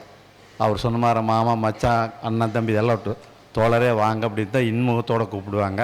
ஒரு பட்டதாரியாக இருந்து ஒரு எம்ஏ பட்டதாரியாக படித்து அந்த எளிமையை அந்த கொள்கையை ஏற்றுட்டாங்கள்ல. கொள்கையை தனிப்பட்டு நாம் ஏற்றுக்கிறதுங்கிற வேறு, குடும்பத்தோட. இப்போ பார்த்தீங்கன்னா ஆண்கள் பெரும்பாலும் நிகழ்ச்சிகளுக்கு போவாங்க, திராவிட கழகமோ பொது உடைமை கட்சியோ போவாங்க. பெண்கள் கலந்துக்க மாட்டாங்க, போக மாட்டாங்க. ஆனால் அதை புரிஞ்சுட்டு இந்த இவங்களுக்கு நாம் எப்படி சொல்லணும் அப்படிங்கிறத புரிஞ்சுட்டு அவங்க குடும்பத்தில் பசங்களையும் உருவாக்கியிருக்கார், நல்ல முறையை உருவாக்கியிருக்கார். அவரும் கூட மவுன்சாமி சொன்னார் சுதந்திர போராட்டம், அதை காட்டிலும் சுபாஷ் அப்படிங்கிறது சுதந்திர போராட்டம் அல்ல, அதுக்கு தாண்டி முற்போக்கு சிந்தனை, பகுத்தறிவு சிந்தனை, இதோட போராளிகள். சுதந்திர போராட்டம்னா மிதவாதி தீவிரவாதம் ரெண்டு இருக்குது. அதுலையெல்லாம் வந்து புரட்சிகரமான பேருங்க. சுபாஷுங்கிறதுங்க சுகதேவங்கிறது ஒரு புரட்சிகரமான பேரை வச்சுருக்கார். அப்படி இருக்கும்போது அவர் எந்த அளவு கொள்கையில் கொண்டிருக்காருங்கிறது நம்ம நினச்சி பார்க்கணும். அது வந்து இன்றைக்கி சூழ்நிலைக்கு இந்த நாட்டில் நம்ம எல்லாமே குடும்பத்தை பற்றியே பேசிகிட்டு இருக்கு. இந்த நாட்டில் வந்து நமக்கு எதிர்காலத்தில் மிகப்பெரிய இழப்புக்கள் சந்திக்க போகிறோம். காரணம் என்ன, இந்த அரசாங்கம் வந்து மோடிங்கிறது ஒரு 10 ஆண்டுகள் ஆண்டுட்டுருக்கார். மீண்டும் அவர் வந்தால் என்ன நடக்கும்னு சொல்ல முடியாது. அதுக்கு தடையாக இருக்கிறது திராவிட இயக்க சிந்தனைகளும் மார்க்சிய சிந்தனைகளும் தான் அதுக்கு உறுதுணையாக இருக்குது. அந்த குடும்பத்தில் பார்த்திங்கன்னா திராவிடம் மார்க்சியம் ரெண்டும் கலந்து அவங்க பண்ணிகிட்ருக்காங்க. ரெண்டும் இணைஞ்ச குடும்பம் அதுதான். எனக்கு தெரிஞ்சு திராவிடத்தையும் மார்க்சியத்தையும் ஏற்றுட்டு குடும்பம் அந்த ஒன்று தான். அந்த இளைஞர்கள் வந்து ரொம்ப சுறுசுறுப்பாக பெரியாரிஸ்ட்னா எங்கேயா இருந்தாலும் சரி, அது சூழல் வரலாம் அந்த வாட்ஸ்அப்லெல்லாம் அனுப்பிச்சு அந்த புத்தகங்களெல்லாம் அனுப்புறதுக்கு இன்றைக்கி உலகம், அதாவது சிங்கப்பூர் மலேசியா எல்லாம் இன்றைக்கி பரவுது. சூலூரினுடைய பெருமை பரவுதுன்னா சூலூர் வரலாறு தான் காரணம். ஐயா கௌதம் எழுதின புத்தகம் தான். அந்த புத்தகத்தினுடைய தாக்கம் வந்து வெளிநாடுகளுக்கு உலக நாடுகளுக்கெல்லாம் போகுதுன்னு சொன்னால் இவங்க 2 பேர் தான், சுபாஷ் சுகதேவ் தான். அதுக்கு வந்து அதாவது இந்த சூலூர் மட்டும் இல்லை, உலகமே நன்றி கடன் பட்டிருக்குது. இப்படி ஒரு மகன்களை பெற்ற நாகராஜுக்கு அன்பு தோழர்னு தான் நானும் சொல்லுவோம். தோழர்னால 2 பாலருக்கும் ஒன்று தான். தோழியரோ தோழர் சொல்ல வேண்டியது. தோழர்னால் எல்லோரும் பொது தான். அந்த தோழர் கலைச்செல்விக்கும் புரட்சியாளர்களாக இருக்கின்ற சுகதேவுக்கும் சுபாஷுக்கும் நன்றி சொல்லி தொடர்ந்து சமுதாயத்துக்காக பாடுபடுவாங்கங்கிற நம்பிக்கையில் விடைபெறுகிறேன். நன்றி, வணக்கம். தோழர் நாகராஜ் அவர்கள் கட்சியில் மட்டுமல்ல, கட்சியில் செயல்பட்ட போதும் பெரியாருக்கும் பெரியாருடைய பகுத்தறிவுக்கும் முதலிடம் கொடுத்தவர். அந்த வகையில் பாவேந்தர் பேரவை நிகழ்வுகளுக்கு எந்த நிகழ்வு நடந்தாலும் உடனே அதில் முக்கியமாக கலந்து கொள்வார். அந்த வகையில் அவரோடு பயணித்த பாவேந்தர் பேரவையின் செயலாளர் வரதராஜ் அவர்களை அழைக்கிறேன். அனைவருக்கும் வணக்கங்க. தோழர் நாகராஜை பற்றி எல்லாருமே விரிவாக சொல்லிட்டாங்க. குடும்ப அளவுலையும் சமூகத்துலேயும் அவங்க என்ன செஞ்சார் அப்படின்னு. அதே சமயத்தில் அவர் எல்லா இயக்கங்களையும், அந்த முற்போக்கு இயக்கங்களை அவர் பார்த்த பார்வை இருக்குது பாருங்கள், அது ரொம்ப சிறப்பு. சில பேர்த்துக்கு சில அமைப்புகள் இருக்கும், அதுக்குள்ளே மட்டும் அவங்களுடைய தொடர்புகள் இருக்கும், அது சிறப்பு. அதையும் தாண்டி மிகச்சிறப்பு அப்படிங்கிறது பார்த்திங்கன்னா, அவர் இந்த முற்போக்கு அமைப்புகள் யாராக இருந்தாலும் சரி அவங்கள நல்லா ஊக்குவிப்பாருங்க. நாங்கள் சாதாரண ஒரு அழைப்புதல் கொடுக்குறதுக்கு தான் போவோம், வந்து வாங்கி பார்ப்பாருங்க, அழைப்புதல் பார்ப்பார். இவங்க இது ரொம்ப சிறப்பாக இருக்குங்கண்ணு, நீங்கள் நல்லா செய்யுங்க, நான் ஏதாவது உதவி செய்யணுமா, என்னுடைய பங்களிப்பு என்ன வேணும் சொல்லுங்கள், அதை நான் செய்கிறேன் அப்படிம்பாருங்க. அதே மாதிரி நிகழ்ச்சிக்கு வர்றேன்னு சொன்னார்னா மிக சரியாக வந்துடுவாருங்க. இப்படி அந்த செயல்பாடுகளை ஊக்குவிக்கிறதுங்கிறது, அப்போ அவர் அந்த அது சரியான ஒரு வார்த்தை, அந்த செயலூக்கமுள்ள ஒரு மனிதர். நீங்கள் அந்த செயலூக்கம்ங்கிற அந்த வார்த்தை இருக்குது பாருங்கள், அதை நீங்கள் ரொம்ப உள்ளே போய் பார்த்தீங்கன்னா தான் தெரியும். செயல்படுகிற அது வேறு, செயலாற்றுகிற அது வேறு. செயல் ஊக்கம்னு அந்த அந்த அந்த அந்த ஒரு வார்த்தை மிகச்சிறப்பான வார்த்தைங்க. அது அதற்கு மிக பொருத்தமானவர் நாகராஜ ஐயா தோழர் தான். அதனால் அப்படிப்பட்ட தோழர் தன்னுடைய குடும்பத்தை நீங்கள் ஒரு கருத்தை சொல்கிறதும் கொள்கையை சொல்கிறதும் அதை ஏற்றுக்கொள்ளுகிறதும் தான் அளவில் இருக்கிறதுங்கிறது ஒன்று. அதையும் தாண்டி தான் குடும்பத்தில் இருக்கிறவங்களும் ஏற்றுக்கொண்டு அந்த குடும்பமே ஒத்துழைக்கிறது. உண்மையிலேயே அந்த குடும்பங்கள் இன்றைக்கி இப்படி ஒரு குடும்பம் இருக்கிறதுங்கிறதெல்லாம் மிக மிக மிக மிக சிறப்புங்க. நீங்கள் உதாரணத்துக்கு இவங்களத்தை எடுத்துக்கணும். இந்த குடும்பம்தான் இன்றைக்கி இருக்கிற அந்த சமூக சூழலுக்கு தன்னுடைய ஒரு குடும்பத்தையே அந்த ஒரு மிகச்சரியான பாதையில் கொண்டு போயிருக்காருன்னு சொல்லும்போது ரொம்ப சிறப்புங்க. மாமனிதர் நாகராஜ் அவர்கள். அவரை விட்டு சென்ற பணிகளை நம்ம தொடருவோம். நன்றி, வணக்கம். அவர் பயணித்ததோடு அவர் துணைவியார் ஆசிரியை பணியிலும் கூட இருந்து பயணித்து அவர் வீடுக்கு அருகில்தான் தன்னுடைய வீடும் என்கின்ற நிலையில் இருக்கிற பசுமை நிழல் சுந்தரராஜ் அவர்களை அழைக்கிறேன்.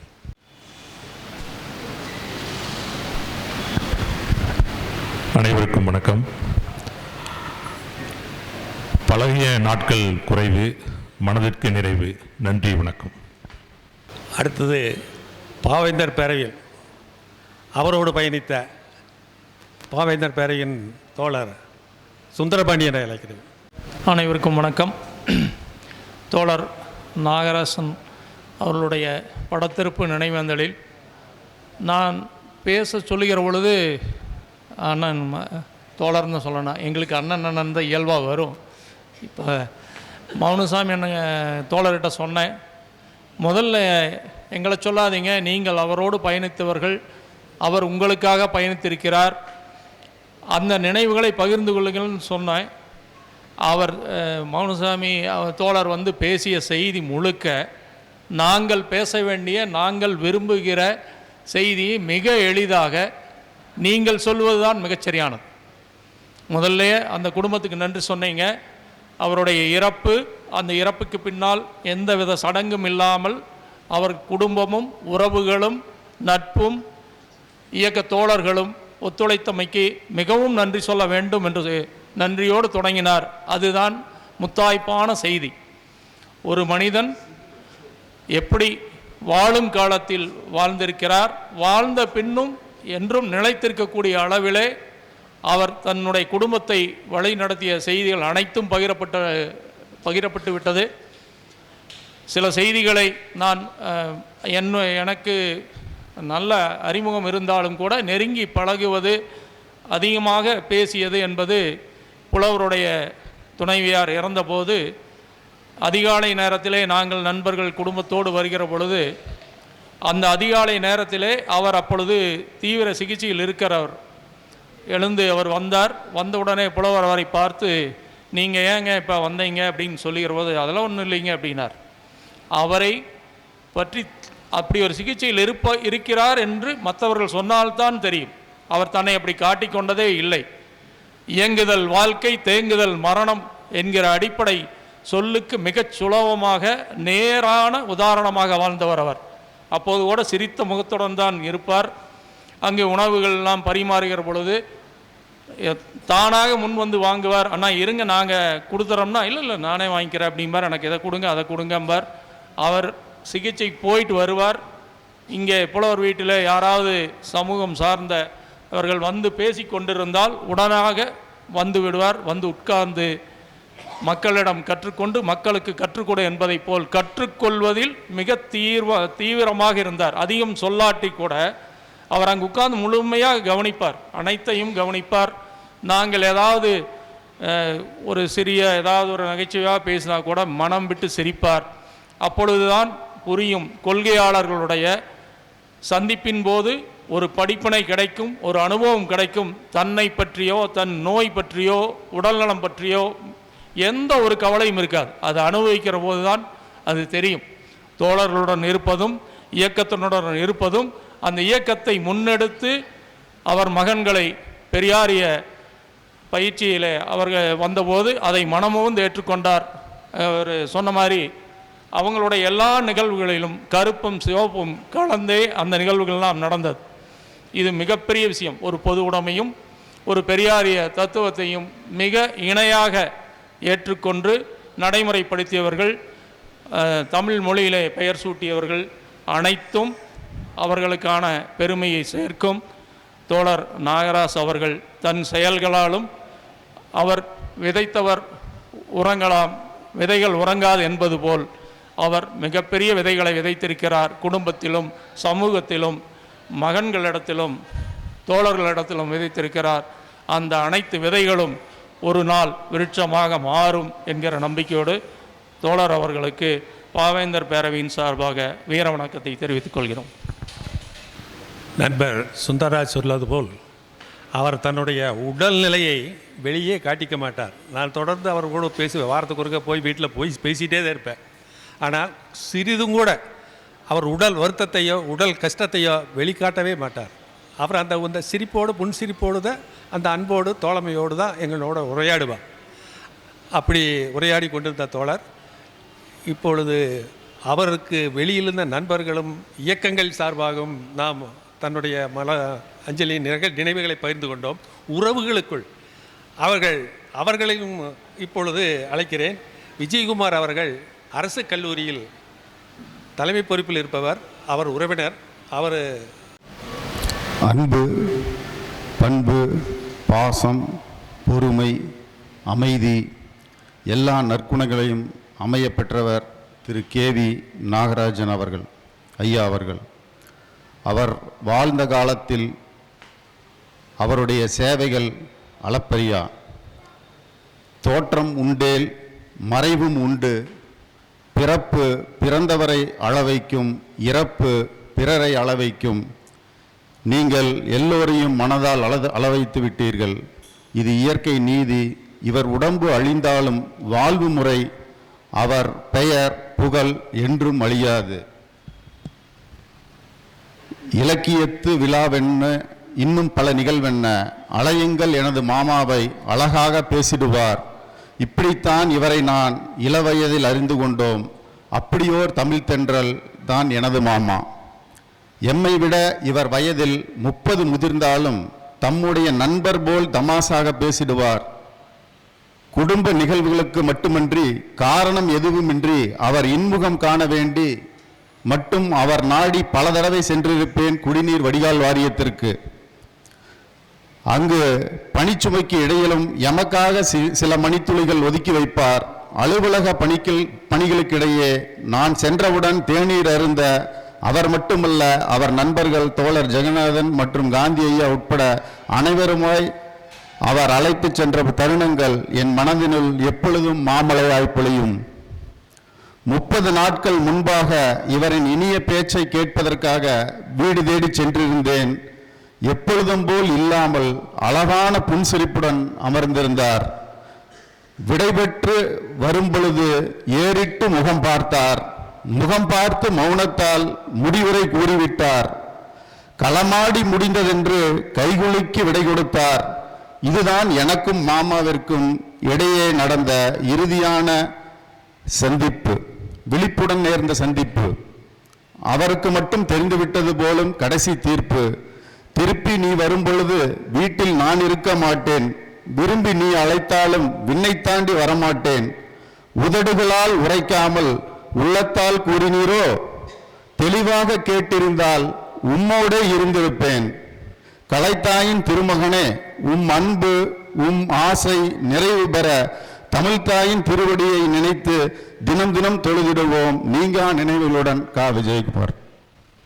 அவரோடு 24 மணி நேரம் அவர் குடும்பத்துக்குள்ளேயே கூடவே இருந்து பயணித்த அவருடைய மருமகள் பானுபிரியாவை அழைக்கிறேன்.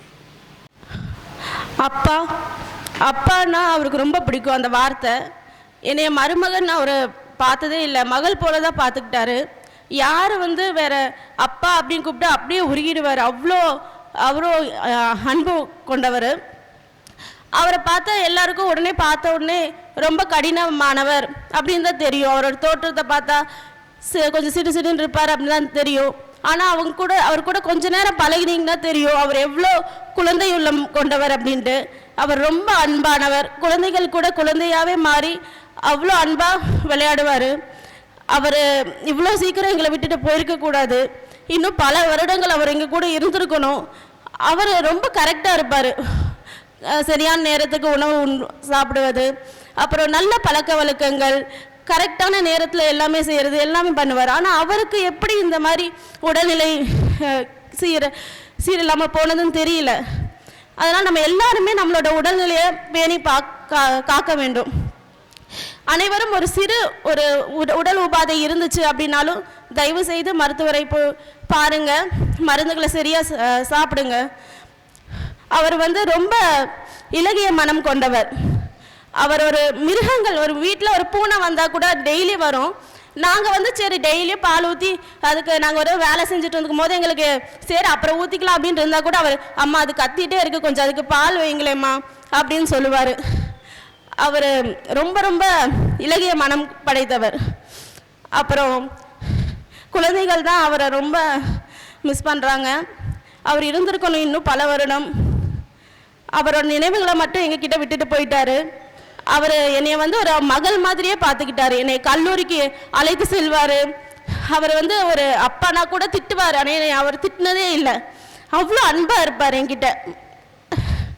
ஒரு சத்தமாக கூட என்கிட்ட பேசினதில்லை. ஒரு மாமனார் அப்படின்னா எவ்வளோ கர்வமாக இருப்பாங்க. ஆனால் அவர் சத்தியமாக ஒரு துளி கூட கர்வமே இல்லாதவர். என்றைக்கும் அவரோட ஆசிகள் எங்களுக்கு வேணும். நன்றி. இதில் தைக்கிற அளவுக்கு அவர் உணர்வுபூர்வமாக அவரோடு பயணித்த மருமகள் நம்ம மனதிலேயும் அந்த நினைவுகளை தைத்து விட்டார். அவருடைய சகோதரர் தன்னுடைய நினைவுகளில் பால்ராஜ் அவர்களை அழைக்கிறேன். என்னுடைய தம்பியை பற்றி பேசுகிறதுக்கு என்னால் ரொம்ப மன கஷ்டமாக இருக்கிறது. அவன் அப்படி என்னுடன் கடைசி வரைக்கும் இருந்து என்னுடைய ஆசாபாசங்களும் அவன் மேலே நான் வச்சிருந்த பற்றுகளுக்கும் கடைசி நேரத்தில் அவன் பட்ட பாடுகளுக்கும் நான் பார்த்து என்னால் சகிக்க முடியாமல் கடைசி நேரத்துலையாவது அவன் தப்பிச்சிருவான், பொழைச்சி நல்லபடியாக வந்துடுவான்னு நினச்சேன். கடைசியில் ஒன்றும் இல்லாமல் பாடுபட்டதெல்லாம் மிச்சமாக போச்சு. அதனால் அவனுடைய ஆன்மா எங்களை சுற்றி என்றைக்கும் இருந்துகிட்டே இருக்கணும்னு நான் மனதார வேண்டிக்கிறேன். நன்றி. அடுத்ததாக அவருடைய இன்னொரு சகோதரர் தங்கவேல் அவர்கள். எனது அருமை அண்ணன் KV நாகராஜன் அவர்களுடைய நினைவஞ்சலிக்கு வந்திருக்கக்கூடிய உங்கள் அத்தனை பேருக்கும் என்னுடைய பணிவான வணக்கத்தை உரித்தாக்கிக் கொள்கிறேன். எனக்கும் அவருக்கும் ஒரு 11 ஆண்டு காலம் இடைவெளி. 80, 90களில் நாங்கள் 2 பேருமே ஜிம்முக்கு போவோம். நானும் அவரும் போய் மாலை நேரம் செய்துட்டு உடல் உறுதியாகிறதுக்காக அதற்கான சத்துணவுகள்லாம் சாப்பிட்டுட்டு வருவோம். என்னை திரைப்படத்துக்கு அழைச்சிட்டு போவார். அது மட்டும் இல்லாமல் நான் பள்ளிப்படிப்பு முடித்தவுடன் அவர் படித்த கல்லூரியிலேயே ஈரோடு வாசவி கல்லூரியில் என்னை இளங்கலை வரலாறுக்கு பணியை சேர்த்து விட்டார். அப்பப்போ அவருடைய பேராசிரியர்களிடம் கேட்டு தெரிந்து கொள்ளுவார், எப்படி இருக்கான், படிக்கிறானா, என்ன பண்ணுறான், இதெல்லாம் கேட்பார். அதுவும் இல்லாமல் எனது திருமணத்தை எனது மூத்த 2 சகோதரர்களோடு இணைந்து மிகவும் பெரும் பங்காற்றியவர்.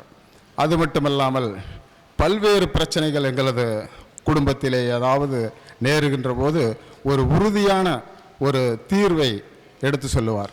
அதே போல் அவர்கிட்ட தான் மிகப்பெரிய வீரத்தை கற்றுக்கொண்டு இருக்கிறேன். ஒரு முறை ஈரோட்டிலே ஒரு மிகப்பெரிய தகராறு. அவன் எதிராளி அருவாளை எடுத்து விட்டான். இவர் சற்றும் தயங்காமல் நான் அருகிலே இருக்கிறேன், இவரும் அருவாளை எடுத்து விட்டார். அப்படி பல்வேறு நிகழ்வுகளிலே எதுக்கும் பயப்படக்கூடாது அப்படி என்று கற்றுக் கொடுத்திருக்கிறார். அதேமாதிரி சூலூரிலே கூட உள்ளூரில் ஏதாவது பிரச்சனை என்றால் முதல் எடுத்தோடனே அவர்கிட்ட தான் நாங்கள் போவோம். போய் சொல்லுவோம், இந்த மாதிரி இப்படி பிரச்சனை இருக்குன்னா ஒன்றும் கவலைப்படாத, நான் பார்த்துக்கிறேன், நம்மக்கிட்ட நியாயம் இருக்குது, நேர்மை இருக்குது, நல்ல கொள்கை இருக்குது, அதனால் நாம் பயப்பட வேண்டிய அவசியம் இல்லை அப்படின்லாம் சொல்லுவார். அப்படிப்பட்ட அவர் இழப்பு உண்மையிலேயே எங்களுடைய குடும்பத்திற்கு பேரிழப்பாக நான் கருதுகிறேன். ஆகவே அவருடைய எங்களுடைய வாழ்நாளிலே அவருடைய கொள்கைகளை முன்னெடுத்து செல்வோம் என்று நாங்கள் உறுதி கொண்டு அவருக்கு எனது வீர வணக்கத்தை தெரிவித்துக் கொள்கிறேன். தோழர் நாகராஜ் வீட்டின் எதிரிலே செந்தலைக்கு புலவர்கள் இருக்கிறார்கள். அவர்களுடைய தொடர்ந்து அவரோடு நெருக்கமாக பயணித்த தோழர் எங்கள் தோழர். அவருடைய தங்கச்சி மகள்தான் எங்களுடைய தோழருடைய மருமகள்.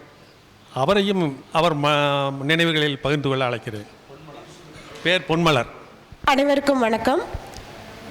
பலதரப்பட்ட வேலைகளுக்கு இடையிலும் பலதரப்பட்ட கொள்கைகளுக்கு இடையிலும் இங்கே அனைவரும் இங்கே கூடியிருக்கோன்னா அதுக்கு காரணம் நாகு அப்பா மேலே இருக்கிற அன்பும் மரியாதையும், அவர் கொள்கைகள் சில விஷயங்களில் மாறுபாடு இருந்தாலும் அதை மதிக்கிற பண்புன்னு நான் நினைக்கிறேன். அதனால் உங்கள் எல்லாருக்கும் இங்கே வந்திருக்க எல்லாருக்கும் நான் நன்றியை தெரிவிச்சுக்கிறேன். எங்களோடது பெற்றோர்களால் நிச்சயிக்கப்பட்ட திருமணம். ஆனால் கொள்கைகளில் வித்தியாசம் இருக்கிற மாதிரி அவங்க சமூகத்துக்கும் எங்கள் சமூகத்துக்கும் வித்தியாசம் இருக்கும். இருந்தாலும் அப்பா அவரோட அன்புக்கு எடுத்துக்காட்டு என்னென்னா, உறவினர்கள் அனைவரையும் அவர் அனுசரித்து போவார். அதுக்கு எங்களோட திருமணம் தான் எடுத்துக்காட்டு. எல்லாரோட மனசும் கஷ்டப்படாத மாதிரி அவங்க சொல்கிறதெல்லாம் உள் காதில் வாங்கிக்கிட்டு அந்த பண்பு நிறைய பேர்கிட்ட இருக்கிறத நான் பார்த்தது கிடையாது. அதில் வந்து அவரோட கொள்கைகளுக்கு சமரசம் செய்யாததை மட்டும் எடுத்துக்கிட்டு அதை வந்து எங்களோட திருமணத்தை நடத்தி வச்சார். எங்களுக்கு அப்புறம் நடந்த சுகுதேவண்ணா பானுப்பிரியாவோட திருமணமும் அதே மாதிரி தான். யாரோட மனதையும் புண்படுத்தாமல் அவங்க சொல்கிறதெல்லாம் காதில் வாங்கிக்கிட்டு ஆனால் அனைவருக்கும் மகிழ்ச்சியை கொடுக்குற மாதிரி எல்லாத்தையும் வந்து முன்னின்று எடுத்து வச்சார். அவர்கிட்ட இருக்கிற சில விஷயங்களை நம்ம ஃபாலோ பண்ணாலே நம்ம வாழ்க்கையில் வந்து பெரிய ஆளாயிடலாம். அதில் முக்கியமான ஒன்று நேரம் தவறாமல், அந்த பங்க்சுவாலிட்டி அப்படிங்கிறதுக்கு எடுத்துக்காட்டாக எங்கள் அப்பாவும் அப்படி தான் இருப்பாங்க. அதுக்கப்புறம் என் நாகு அப்பாவும் அதே மாதிரி தான். ஒரு இடத்துக்கு போகணுன்னாலும் ஒரு நிகழ்ச்சிக்கு போகணுன்னாலும் அந்த முன் தயாரிப்பு அப்படிங்கிறத வந்து நான் அவர்கிட்ட நான் ரொம்ப வியந்து பார்த்துருக்கேன். அதை நான் முடிஞ்ச அளவுக்கு என்னோடய வாழ்க்கையிலையும் நான் கடைப்பிடிச்சிட்டு வரேன். அதே மாதிரி அவர் மருத்துவம் பார்த்ததுலேயும் சரி, மனிதர்கள்ட்ட பழகிறதையும் சரி, பாகுபாடு காமிக்க மாட்டார். நீங்கள் யாராக வேணாலும் இருக்கலாம், எனக்கு எல்லாருமே மனிதர்கள் அப்படிங்கிற ஒரு கொள்கையில் தான் வந்து அவர் எல்லாரையும் பார்ப்பார். இங்கே வந்திருக்கிற நிறையா பேர் பார்த்திங்கன்னா ஒவ்வொரு இடத்துலேருந்தும் வேறு வேறு பகுதிகள்லேருந்து வந்திருப்பீங்க. அதுக்கு எல்லாத்துக்குமே காரணம் அது நீங்கள் எல்லாரும் அவர் மேலே வச்சுருக்கிற மரியாதை தான் அப்படிங்கிறதும் பாசம்தான் அப்படிங்கிறதும் எனக்கு புரியுது. அவரால் முடிஞ்ச அளவுக்கு அவரோட கடமைகளை குடும்பத்திற்கும் சமூகத்திற்கும் மருத்துவத்திற்கும் செஞ்சுட்டு தான் போயிருக்கிறாரு. அவர் ஒரு போராட்டக்காரர் அப்படிங்கிறத தன்னோட வாழ்க்கையின் இறுதி நாள்களிலையும் ஒவ்வொரு உறுப்புகளோடையும் போராடி தான் முடிச்சுட்டு போயிருக்கிறாரு. ஸோ அந்த விதத்தில் எனக்கு பெருமையாகவும் அவரோட இதை வந்து நாங்கள் ஃபாலோ பண்ணுவோம், பின்பற்றி நடந்துக்குவோம் அப்படிங்கிறதையும் உங்ககிட்ட நான் தெரிவிச்சுக்கிறேன். அனைவருக்கும் மறுபடியும் நன்றி. அடுத்த நிகழ்வாக தோழர் வள்ளுவராஜ் அவர்கள் வருகிறார். அவர் தன்னுடைய நினைவுகளை பகிர்ந்து கொள்ளுமாறு அன்போடு அழைக்கிறேன். மதிப்பிற்குரிய இந்த நினைவேந்தல் கூட்டத்தினுடைய தலைவர் நடராஜ் அவர்களே, இந்த நினைவேந்தல் கூட்டத்தில் கேவி நாகராஜ் அவர்களை பற்றி பகிர்ந்து கொண்ட தோழர்களே, 2 மருமகள் மற்றும் அவருடைய சகோதரர்கள் அனைவருக்கும் என்னுடைய வணக்கத்தினை தெரிவித்துக் கொள்கிறேன். பொதுவாக மனிதன் இறப்பு என்பது வள்ளுவன் சொன்னதை போல தூங்கி எழுவதை போலதான். கேவி நாகராஜுக்கு முதல் பேருந்தில் இடம் கிடைத்திருக்கிறது. அடுத்த பேருந்தில் நாம் பயணம் செய்வோம். நம் பயணங்கள் முடிவதில்லை, அறைகள் ஓய்வதில்லை. நமக்கும் மரணம் நிச்சயம். மரணம் நிச்சயம் என்று தெரிந்த பின்னால் தான் பல கொடுமைகளை செய்து கொண்டிருக்கிறோம். இந்த சமூகத்தை பற்றி மார்க்ஸ் என்ன சொன்னார் என்பதை கேவி நாகராஜ் புரிந்திருக்கிறார். மார்க்ஸ் என்ன சொன்னார் என்றால், இரத்த உறவுகளை கூட, மனித உறவுகளை கூட வெறும் பண உறவாக மாற்றிவிட்ட இந்த சமுதாயத்தை மாற்றியாக வேண்டும் என்பதற்காக சிந்தனை செய்தவர் கேவி நாகராஜ். எனக்கு அவர் உறவினர் தான், எனக்கு அவர் சொந்தக்காரர் தான். அது எனக்கு பெருசு அல்ல. ஆனால் இங்கே வந்திருக்கிற பெண்கள் எல்லாம் பார்க்கிற பொழுது எனக்கு இந்த சமூகத்தின் மீது, புரட்சியின் மீதும் இன்னும் நம்பிக்கை வருகிறது. ஒரு முறை நம்ம சகோதரர் சொன்னார், ஐயா எங்கள் பொண்ணுக்கு ஒரு நல்ல தமிழ் பெயர் சொல்லுங்களேன்னு சொன்னார். நான் உடனே சொன்னேன், நிலா. சரின்ட்டு போயிட்டு ஏதோ ஒரு கூட்டணி அமைச்சிருக்காரு போல் இருக்குது, அது கயல் சேர்த்தி கயல் நிலா என்று பெயர் வைத்ததாக சொன்னார். மகிழ்ந்தேன். கயல் என்பது சுத்த தமிழா என்று எனக்கு தெரியாது, அது மீன். அந்த காலத்திலே பெயரன் என்று சொல்லுவதே கூட மகனுடைய பையன். அந்த காலத்தில் பெயர் சூட்டுவது கூட இந்த மாதிரி தமிழ் தசு புஷு கிருஷ்ணன் கிடையாது.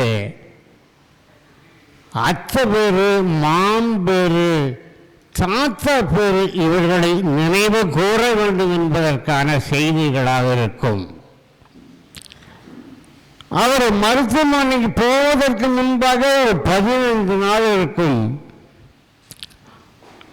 நானும் நண்பர் தேவராஜும் அறிவியல் பூங்காவில் இருப்போம் அதிகமாக. நான் ஒரு 3 மாத காலத்திற்கு முன்னாலே கூட சுகதேவர்கிட்ட படிக்கிறதுக்கு ஒரு நூல் கொடுத்திருந்தேன். அந்த நூலின் பேர் ஜவஹர் எழுதிய கம்யூனிசம் நேற்று இன்று நாளை. அந்த நூலை பெறுவதற்காக நான் அவர் வீட்டுக்கு சென்ற பொழுது சுகதேவ் இல்லை, அவர்தான் இருந்தார். நான் தேடி எடுத்து கொண்டு வருகிறேன், போங்கன்னு சொன்னார். அப்பவே உடல்நிலை சரியில்லை.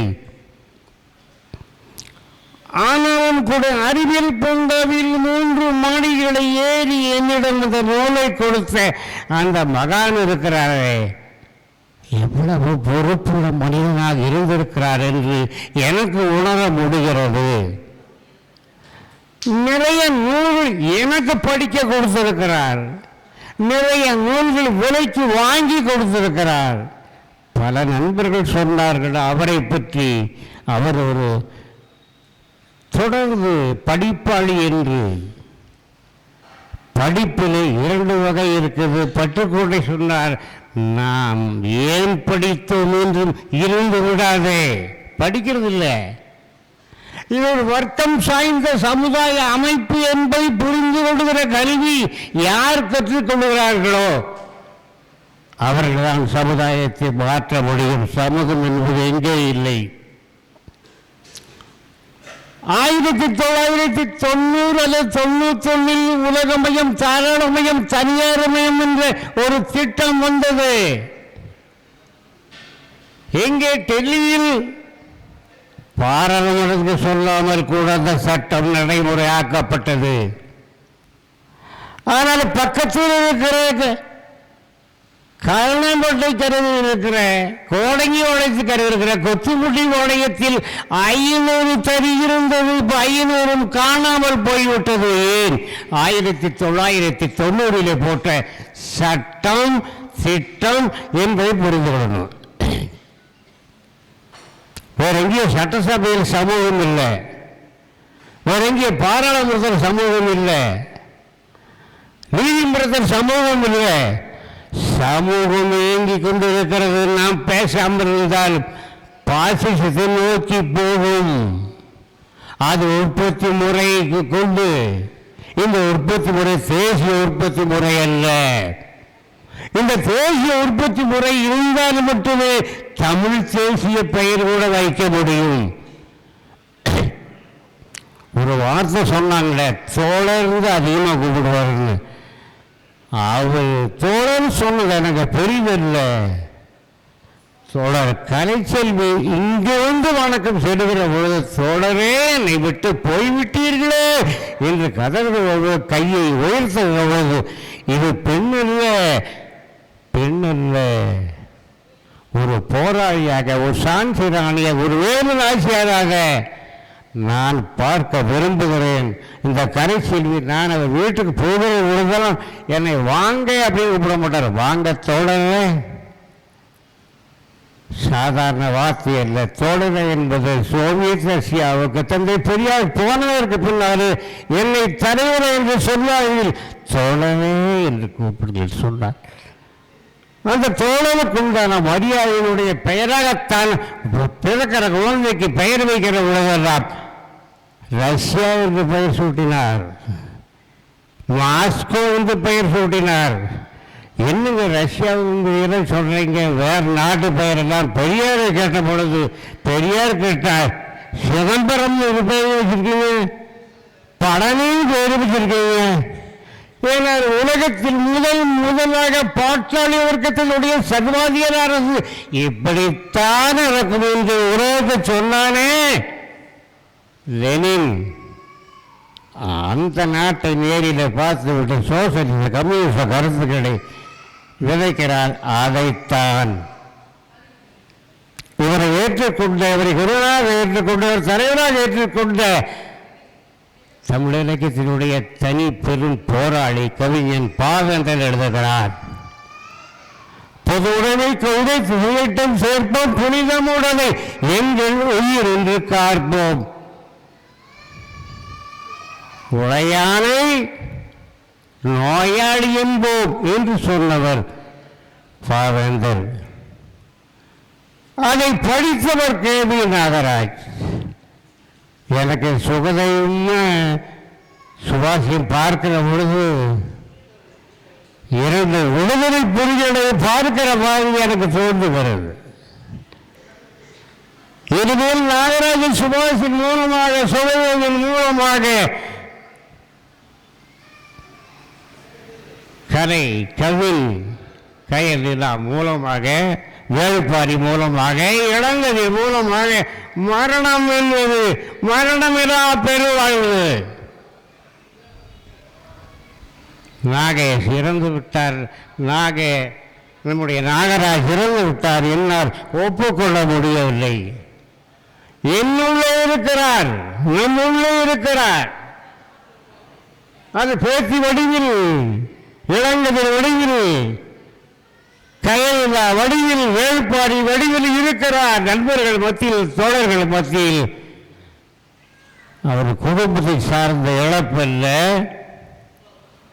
அவர் உறவு சார்ந்த இழப்பல்ல, இது மண் சார்ந்த இழப்பு, மொழி சார்ந்த இழப்பு, மனிதனை இழப்பு. அந்த வகையிலே ஒரே ஒரு கவிதையை மட்டும் நான் சொல்லி நிறைவு செய்யலாம் என்று இருக்கிறேன். இந்த மனித குலத்தை பற்றி பேசுகிற பொழுது பாவேந்தன் சொல்லுவான், மண்ணில் உழைப்போரெல்லாம் வருகிறான், உரிமை கேட்டால் புண்ணில் அபராசம் புலையர் செல்வராம். இதை பகலெல்லாம் கண்டு கண்டு அந்திக்கு பின் விண்மீனாய் முளைத்த குப்பளம் பாராய் என்று வானத்தை புதிய நோக்கிலே சொன்னான பாவேந்தன். அந்த கருத்தெல்லாம், அந்த மூல கருத்தெல்லாம் கருத்து முதல்வாதம் அல்ல. ஒன்றை கண்டதை சொல்லுவதற்கு பொருள் முதல்வாதம் என்று பெயர். அந்த பொருள் முதல்வாதம் முன்னெடுக்க தங்களுடைய மக்களையும் குடும்பத்தையும் உறவினர்களையும் அனைவரையும் இந்த சமூக நோக்கில் சிந்திக்க தூண்டிய நம்முடைய நாகராஜுக்கு என்னுடைய,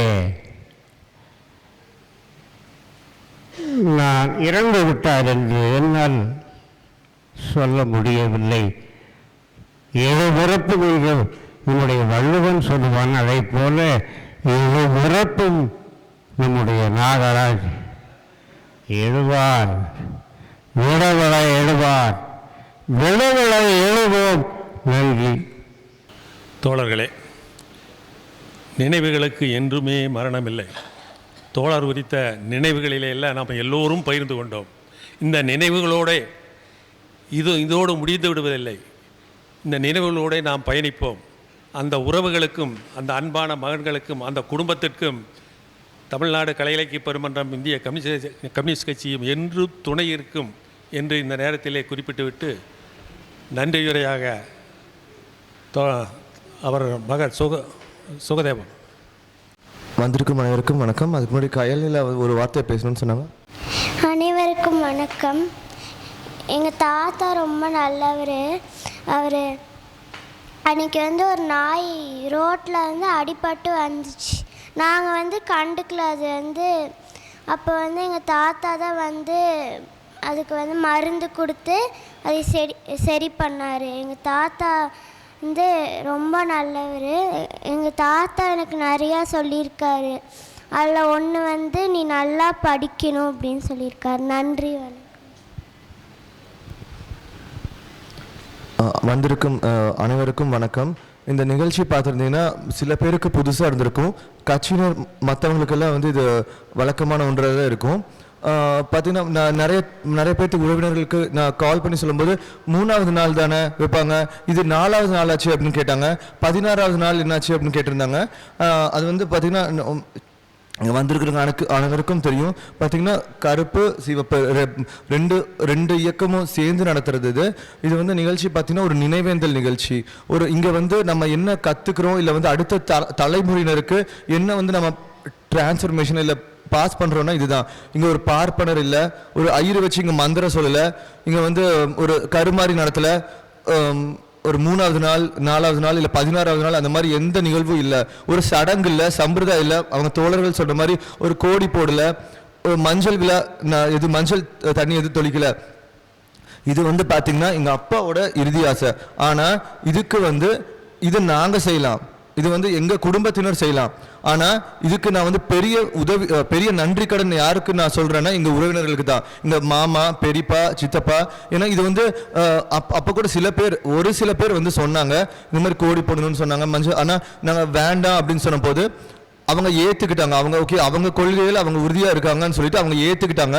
அதுக்கு எங்கள் பெரியப்பா, சித்தப்பா, அத்தை எல்லாத்துக்கும் மாமா அவங்களுக்கு தான் நான் நன்றி கடனாக இருக்கேன், பணம் பட்டிருக்கேன். ஏன்னா அவங்க ஒரு வார்த்தை வந்து இல்லை வேண்டாம் கண்டிப்பாக பண்ணணும்னு சொல்லியிருந்தாங்கன்னா அங்கே ஒரு ஒரு நல்ல சூழ்நிலை உருவாகி இருந்திருக்காது. சண்டை நடந்திருக்கலாம், இல்லை நாங்கள் சரின்னு சொல்லியிருந்திருக்கலாம்.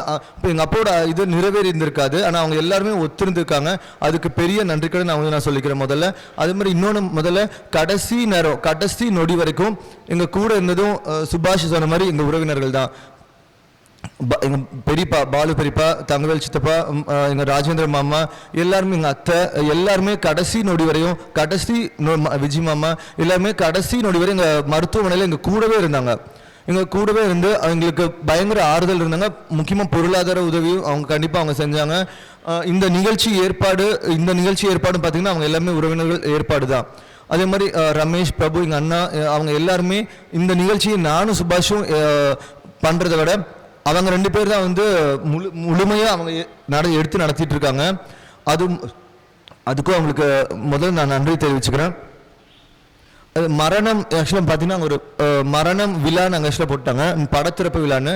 ஆக்சுவலாக தந்தை பெரியார் திராவிடர் கழகம் பொதுச் செயலாளர் ராமகிருஷ்ணன் அவங்க மனைவி அவங்க இறந்துட்டாங்க சமீபத்தில். அப்போ அவங்களோட பொண்ணு அமுதினி வந்து ஃபேஸ்புக்கில் போட்டிருந்தாங்க ஒரு வார்த்தை, என்னன்னா மரணம் என்பது ஒரு விழா போன்றது, அதனை நாம் கொண்டாடுவோம் அப்படின்னு போட்டிருந்தாங்க. ஆக்சுவலாக வந்து அது செந்தலை கௌதமனையா வந்து அது ரொம்ப புகழ்ந்து பேசியிருந்தாரு. நானும் அதையே தான் இப்போ நான் சொல்ல விரும்புகிறேன். மரணம் என்பது ஒரு விழா போன்றது. எங்கள் அப்பாவோட மரணம் தான் நான் சேர்த்து சொல்கிறேன். அது வந்து கண்டிப்பாக நம்ம கொண்டாடணும்னு சொல்கிறேன். இது வந்து எப்படி நீங்கள் எடுத்துக்கிறீங்கன்னு தெரியல. அவர் செய்கிற போராட்டம், உடம்பு சரியில்லாமல் இருந்தபோது எத்தனையோ தடவை பார்த்தீங்கன்னா அவர் போராட்டத்தில் போய் கலந்துருக்காரு. தோழர் மௌனசாமி, நான் முதல்ல அங்கிள் தான் கூப்பிட்டுருப்பேன், அப்போ அதுக்கப்புறம் தோழர் தான் கூப்பிடுறோம். ஆக்சுவலாக தோழர் மௌனசாமி அவர்களும் பார்த்தீங்கன்னா எங்கள் அப்பா கண்டிஷன் போது எதுக்கு நீங்கள் வந்திருக்கீங்க, ஃபர்ஸ்ட் வீட்டுக்கு போங்க, வந்து இந்த போராட்டத்தில் நீங்கள் கலந்துக்கணுமா அவசியம் இல்லை, நீங்கள் வீட்டுக்கு போங்கன்னு சொல்லும் போது கூட இல்லை அப்படின்னு சொல்லிட்டு கடைசி உடம்பு சரியில்லாமல் நிறைய தடவை இருந்தபோது கூட எங்கள் அப்பா போராட்டத்தில் கலந்துருந்துருக்காங்க. அதுக்கப்புறம் பார்த்தீங்கன்னா இந்த நிகழ்ச்சி நான் ஏற்கனவே சொன்ன மாதிரி சடங்கு சம்பிரதாயம் அந்த மாதிரி எதுவுமே இல்லை. தோழர்கள் எல்லாமே சொன்ன மாதிரி தான். எங்கள் வீடு கட்டணும், அது வந்து தமிழ் முறைப்படி தான் தமிழ் மந்திரங்கள் ஒதி தான் நடத்தினார் எங்கள் அப்பா. அதே மாதிரி எங்கள் திருமணம் சாதி மறுப்பு திருமணம் தமிழ் முறைப்படி தான் நடத்தினார். தோழர் நல்லக்கண்ணையா, தோழர் மௌனசாமி தலைமையில் தான் நடந்துச்சு. அதே மாதிரி கடைசி இந்த நினைவேந்தல் நிகழ்ச்சி கூட எங்கள் அப்பா வந்து பார்த்திங்கன்னா அவரோட விருப்பம் படி எந்த பார்ப்பனர் இல்லாமல் அதே மாதிரி தான் நடத்திருக்காங்க. அது எங்கள் அடுத்த தலைமுறையினருக்கு ஒரு எடுத்து சொல்கிறாங்க. அது மட்டும்தான் நான் நினைக்கிறேன். இந்த இழப்பு பார்த்திங்கன்னா எங்கள் குடும்பத்துக்கு விட எங்கள் உறவினர்களுக்கு தான் பெரிய இழப்பு. அதே மாதிரி அவங்க கட்சிக்கு, அவங்க இந்திய கம்யூனிஸ்ட் கட்சி தான் பெரிய இழப்பு. நீங்கள் பார்த்துருந்தீங்கன்னா தெரியும், இந்திய கம்யூனிஸ்ட் கட்சி கொடி வந்து அரைக்கம்பத்தில் பறக்க விட்டுருக்காங்க. அங்கே வந்து அது பெரிய தலைவர்களுக்கு மட்டும்தான் செய்வாங்க. அது பெரிய நன்றி நான் சொல்லிக்கிறேன். கட்சி கொடி போத்தி அது வீர வணக்கம் செலுத்தி தான் உடலை வந்து நம்ம எரியூட்டணும். அதுக்கும் தோழர் மௌனசாமி அவங்க கட்சிக்கும் நான் ரொம்ப ரொம்ப நன்றி கடன் பட்டிருக்கோம்.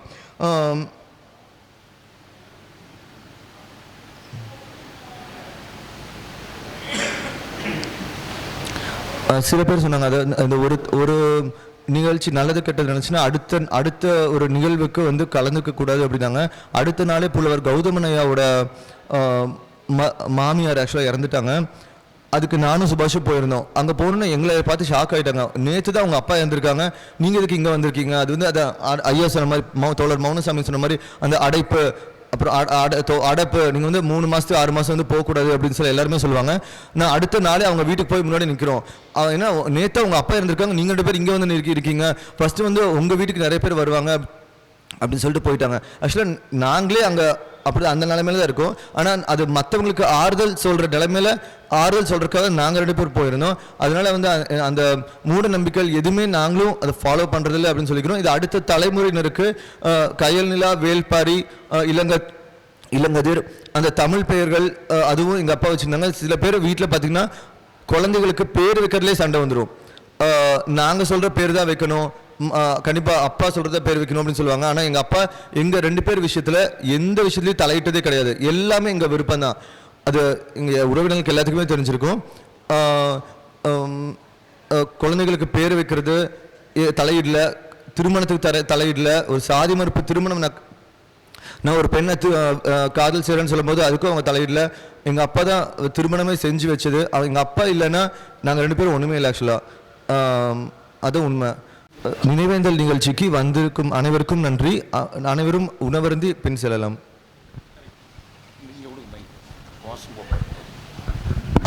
தோழர் கீவே நாகராஜன் நாமம், தோழர் கீவே நாகராஜன் நாமம், தோழர் கீவே நாகராஜன் நாமம்.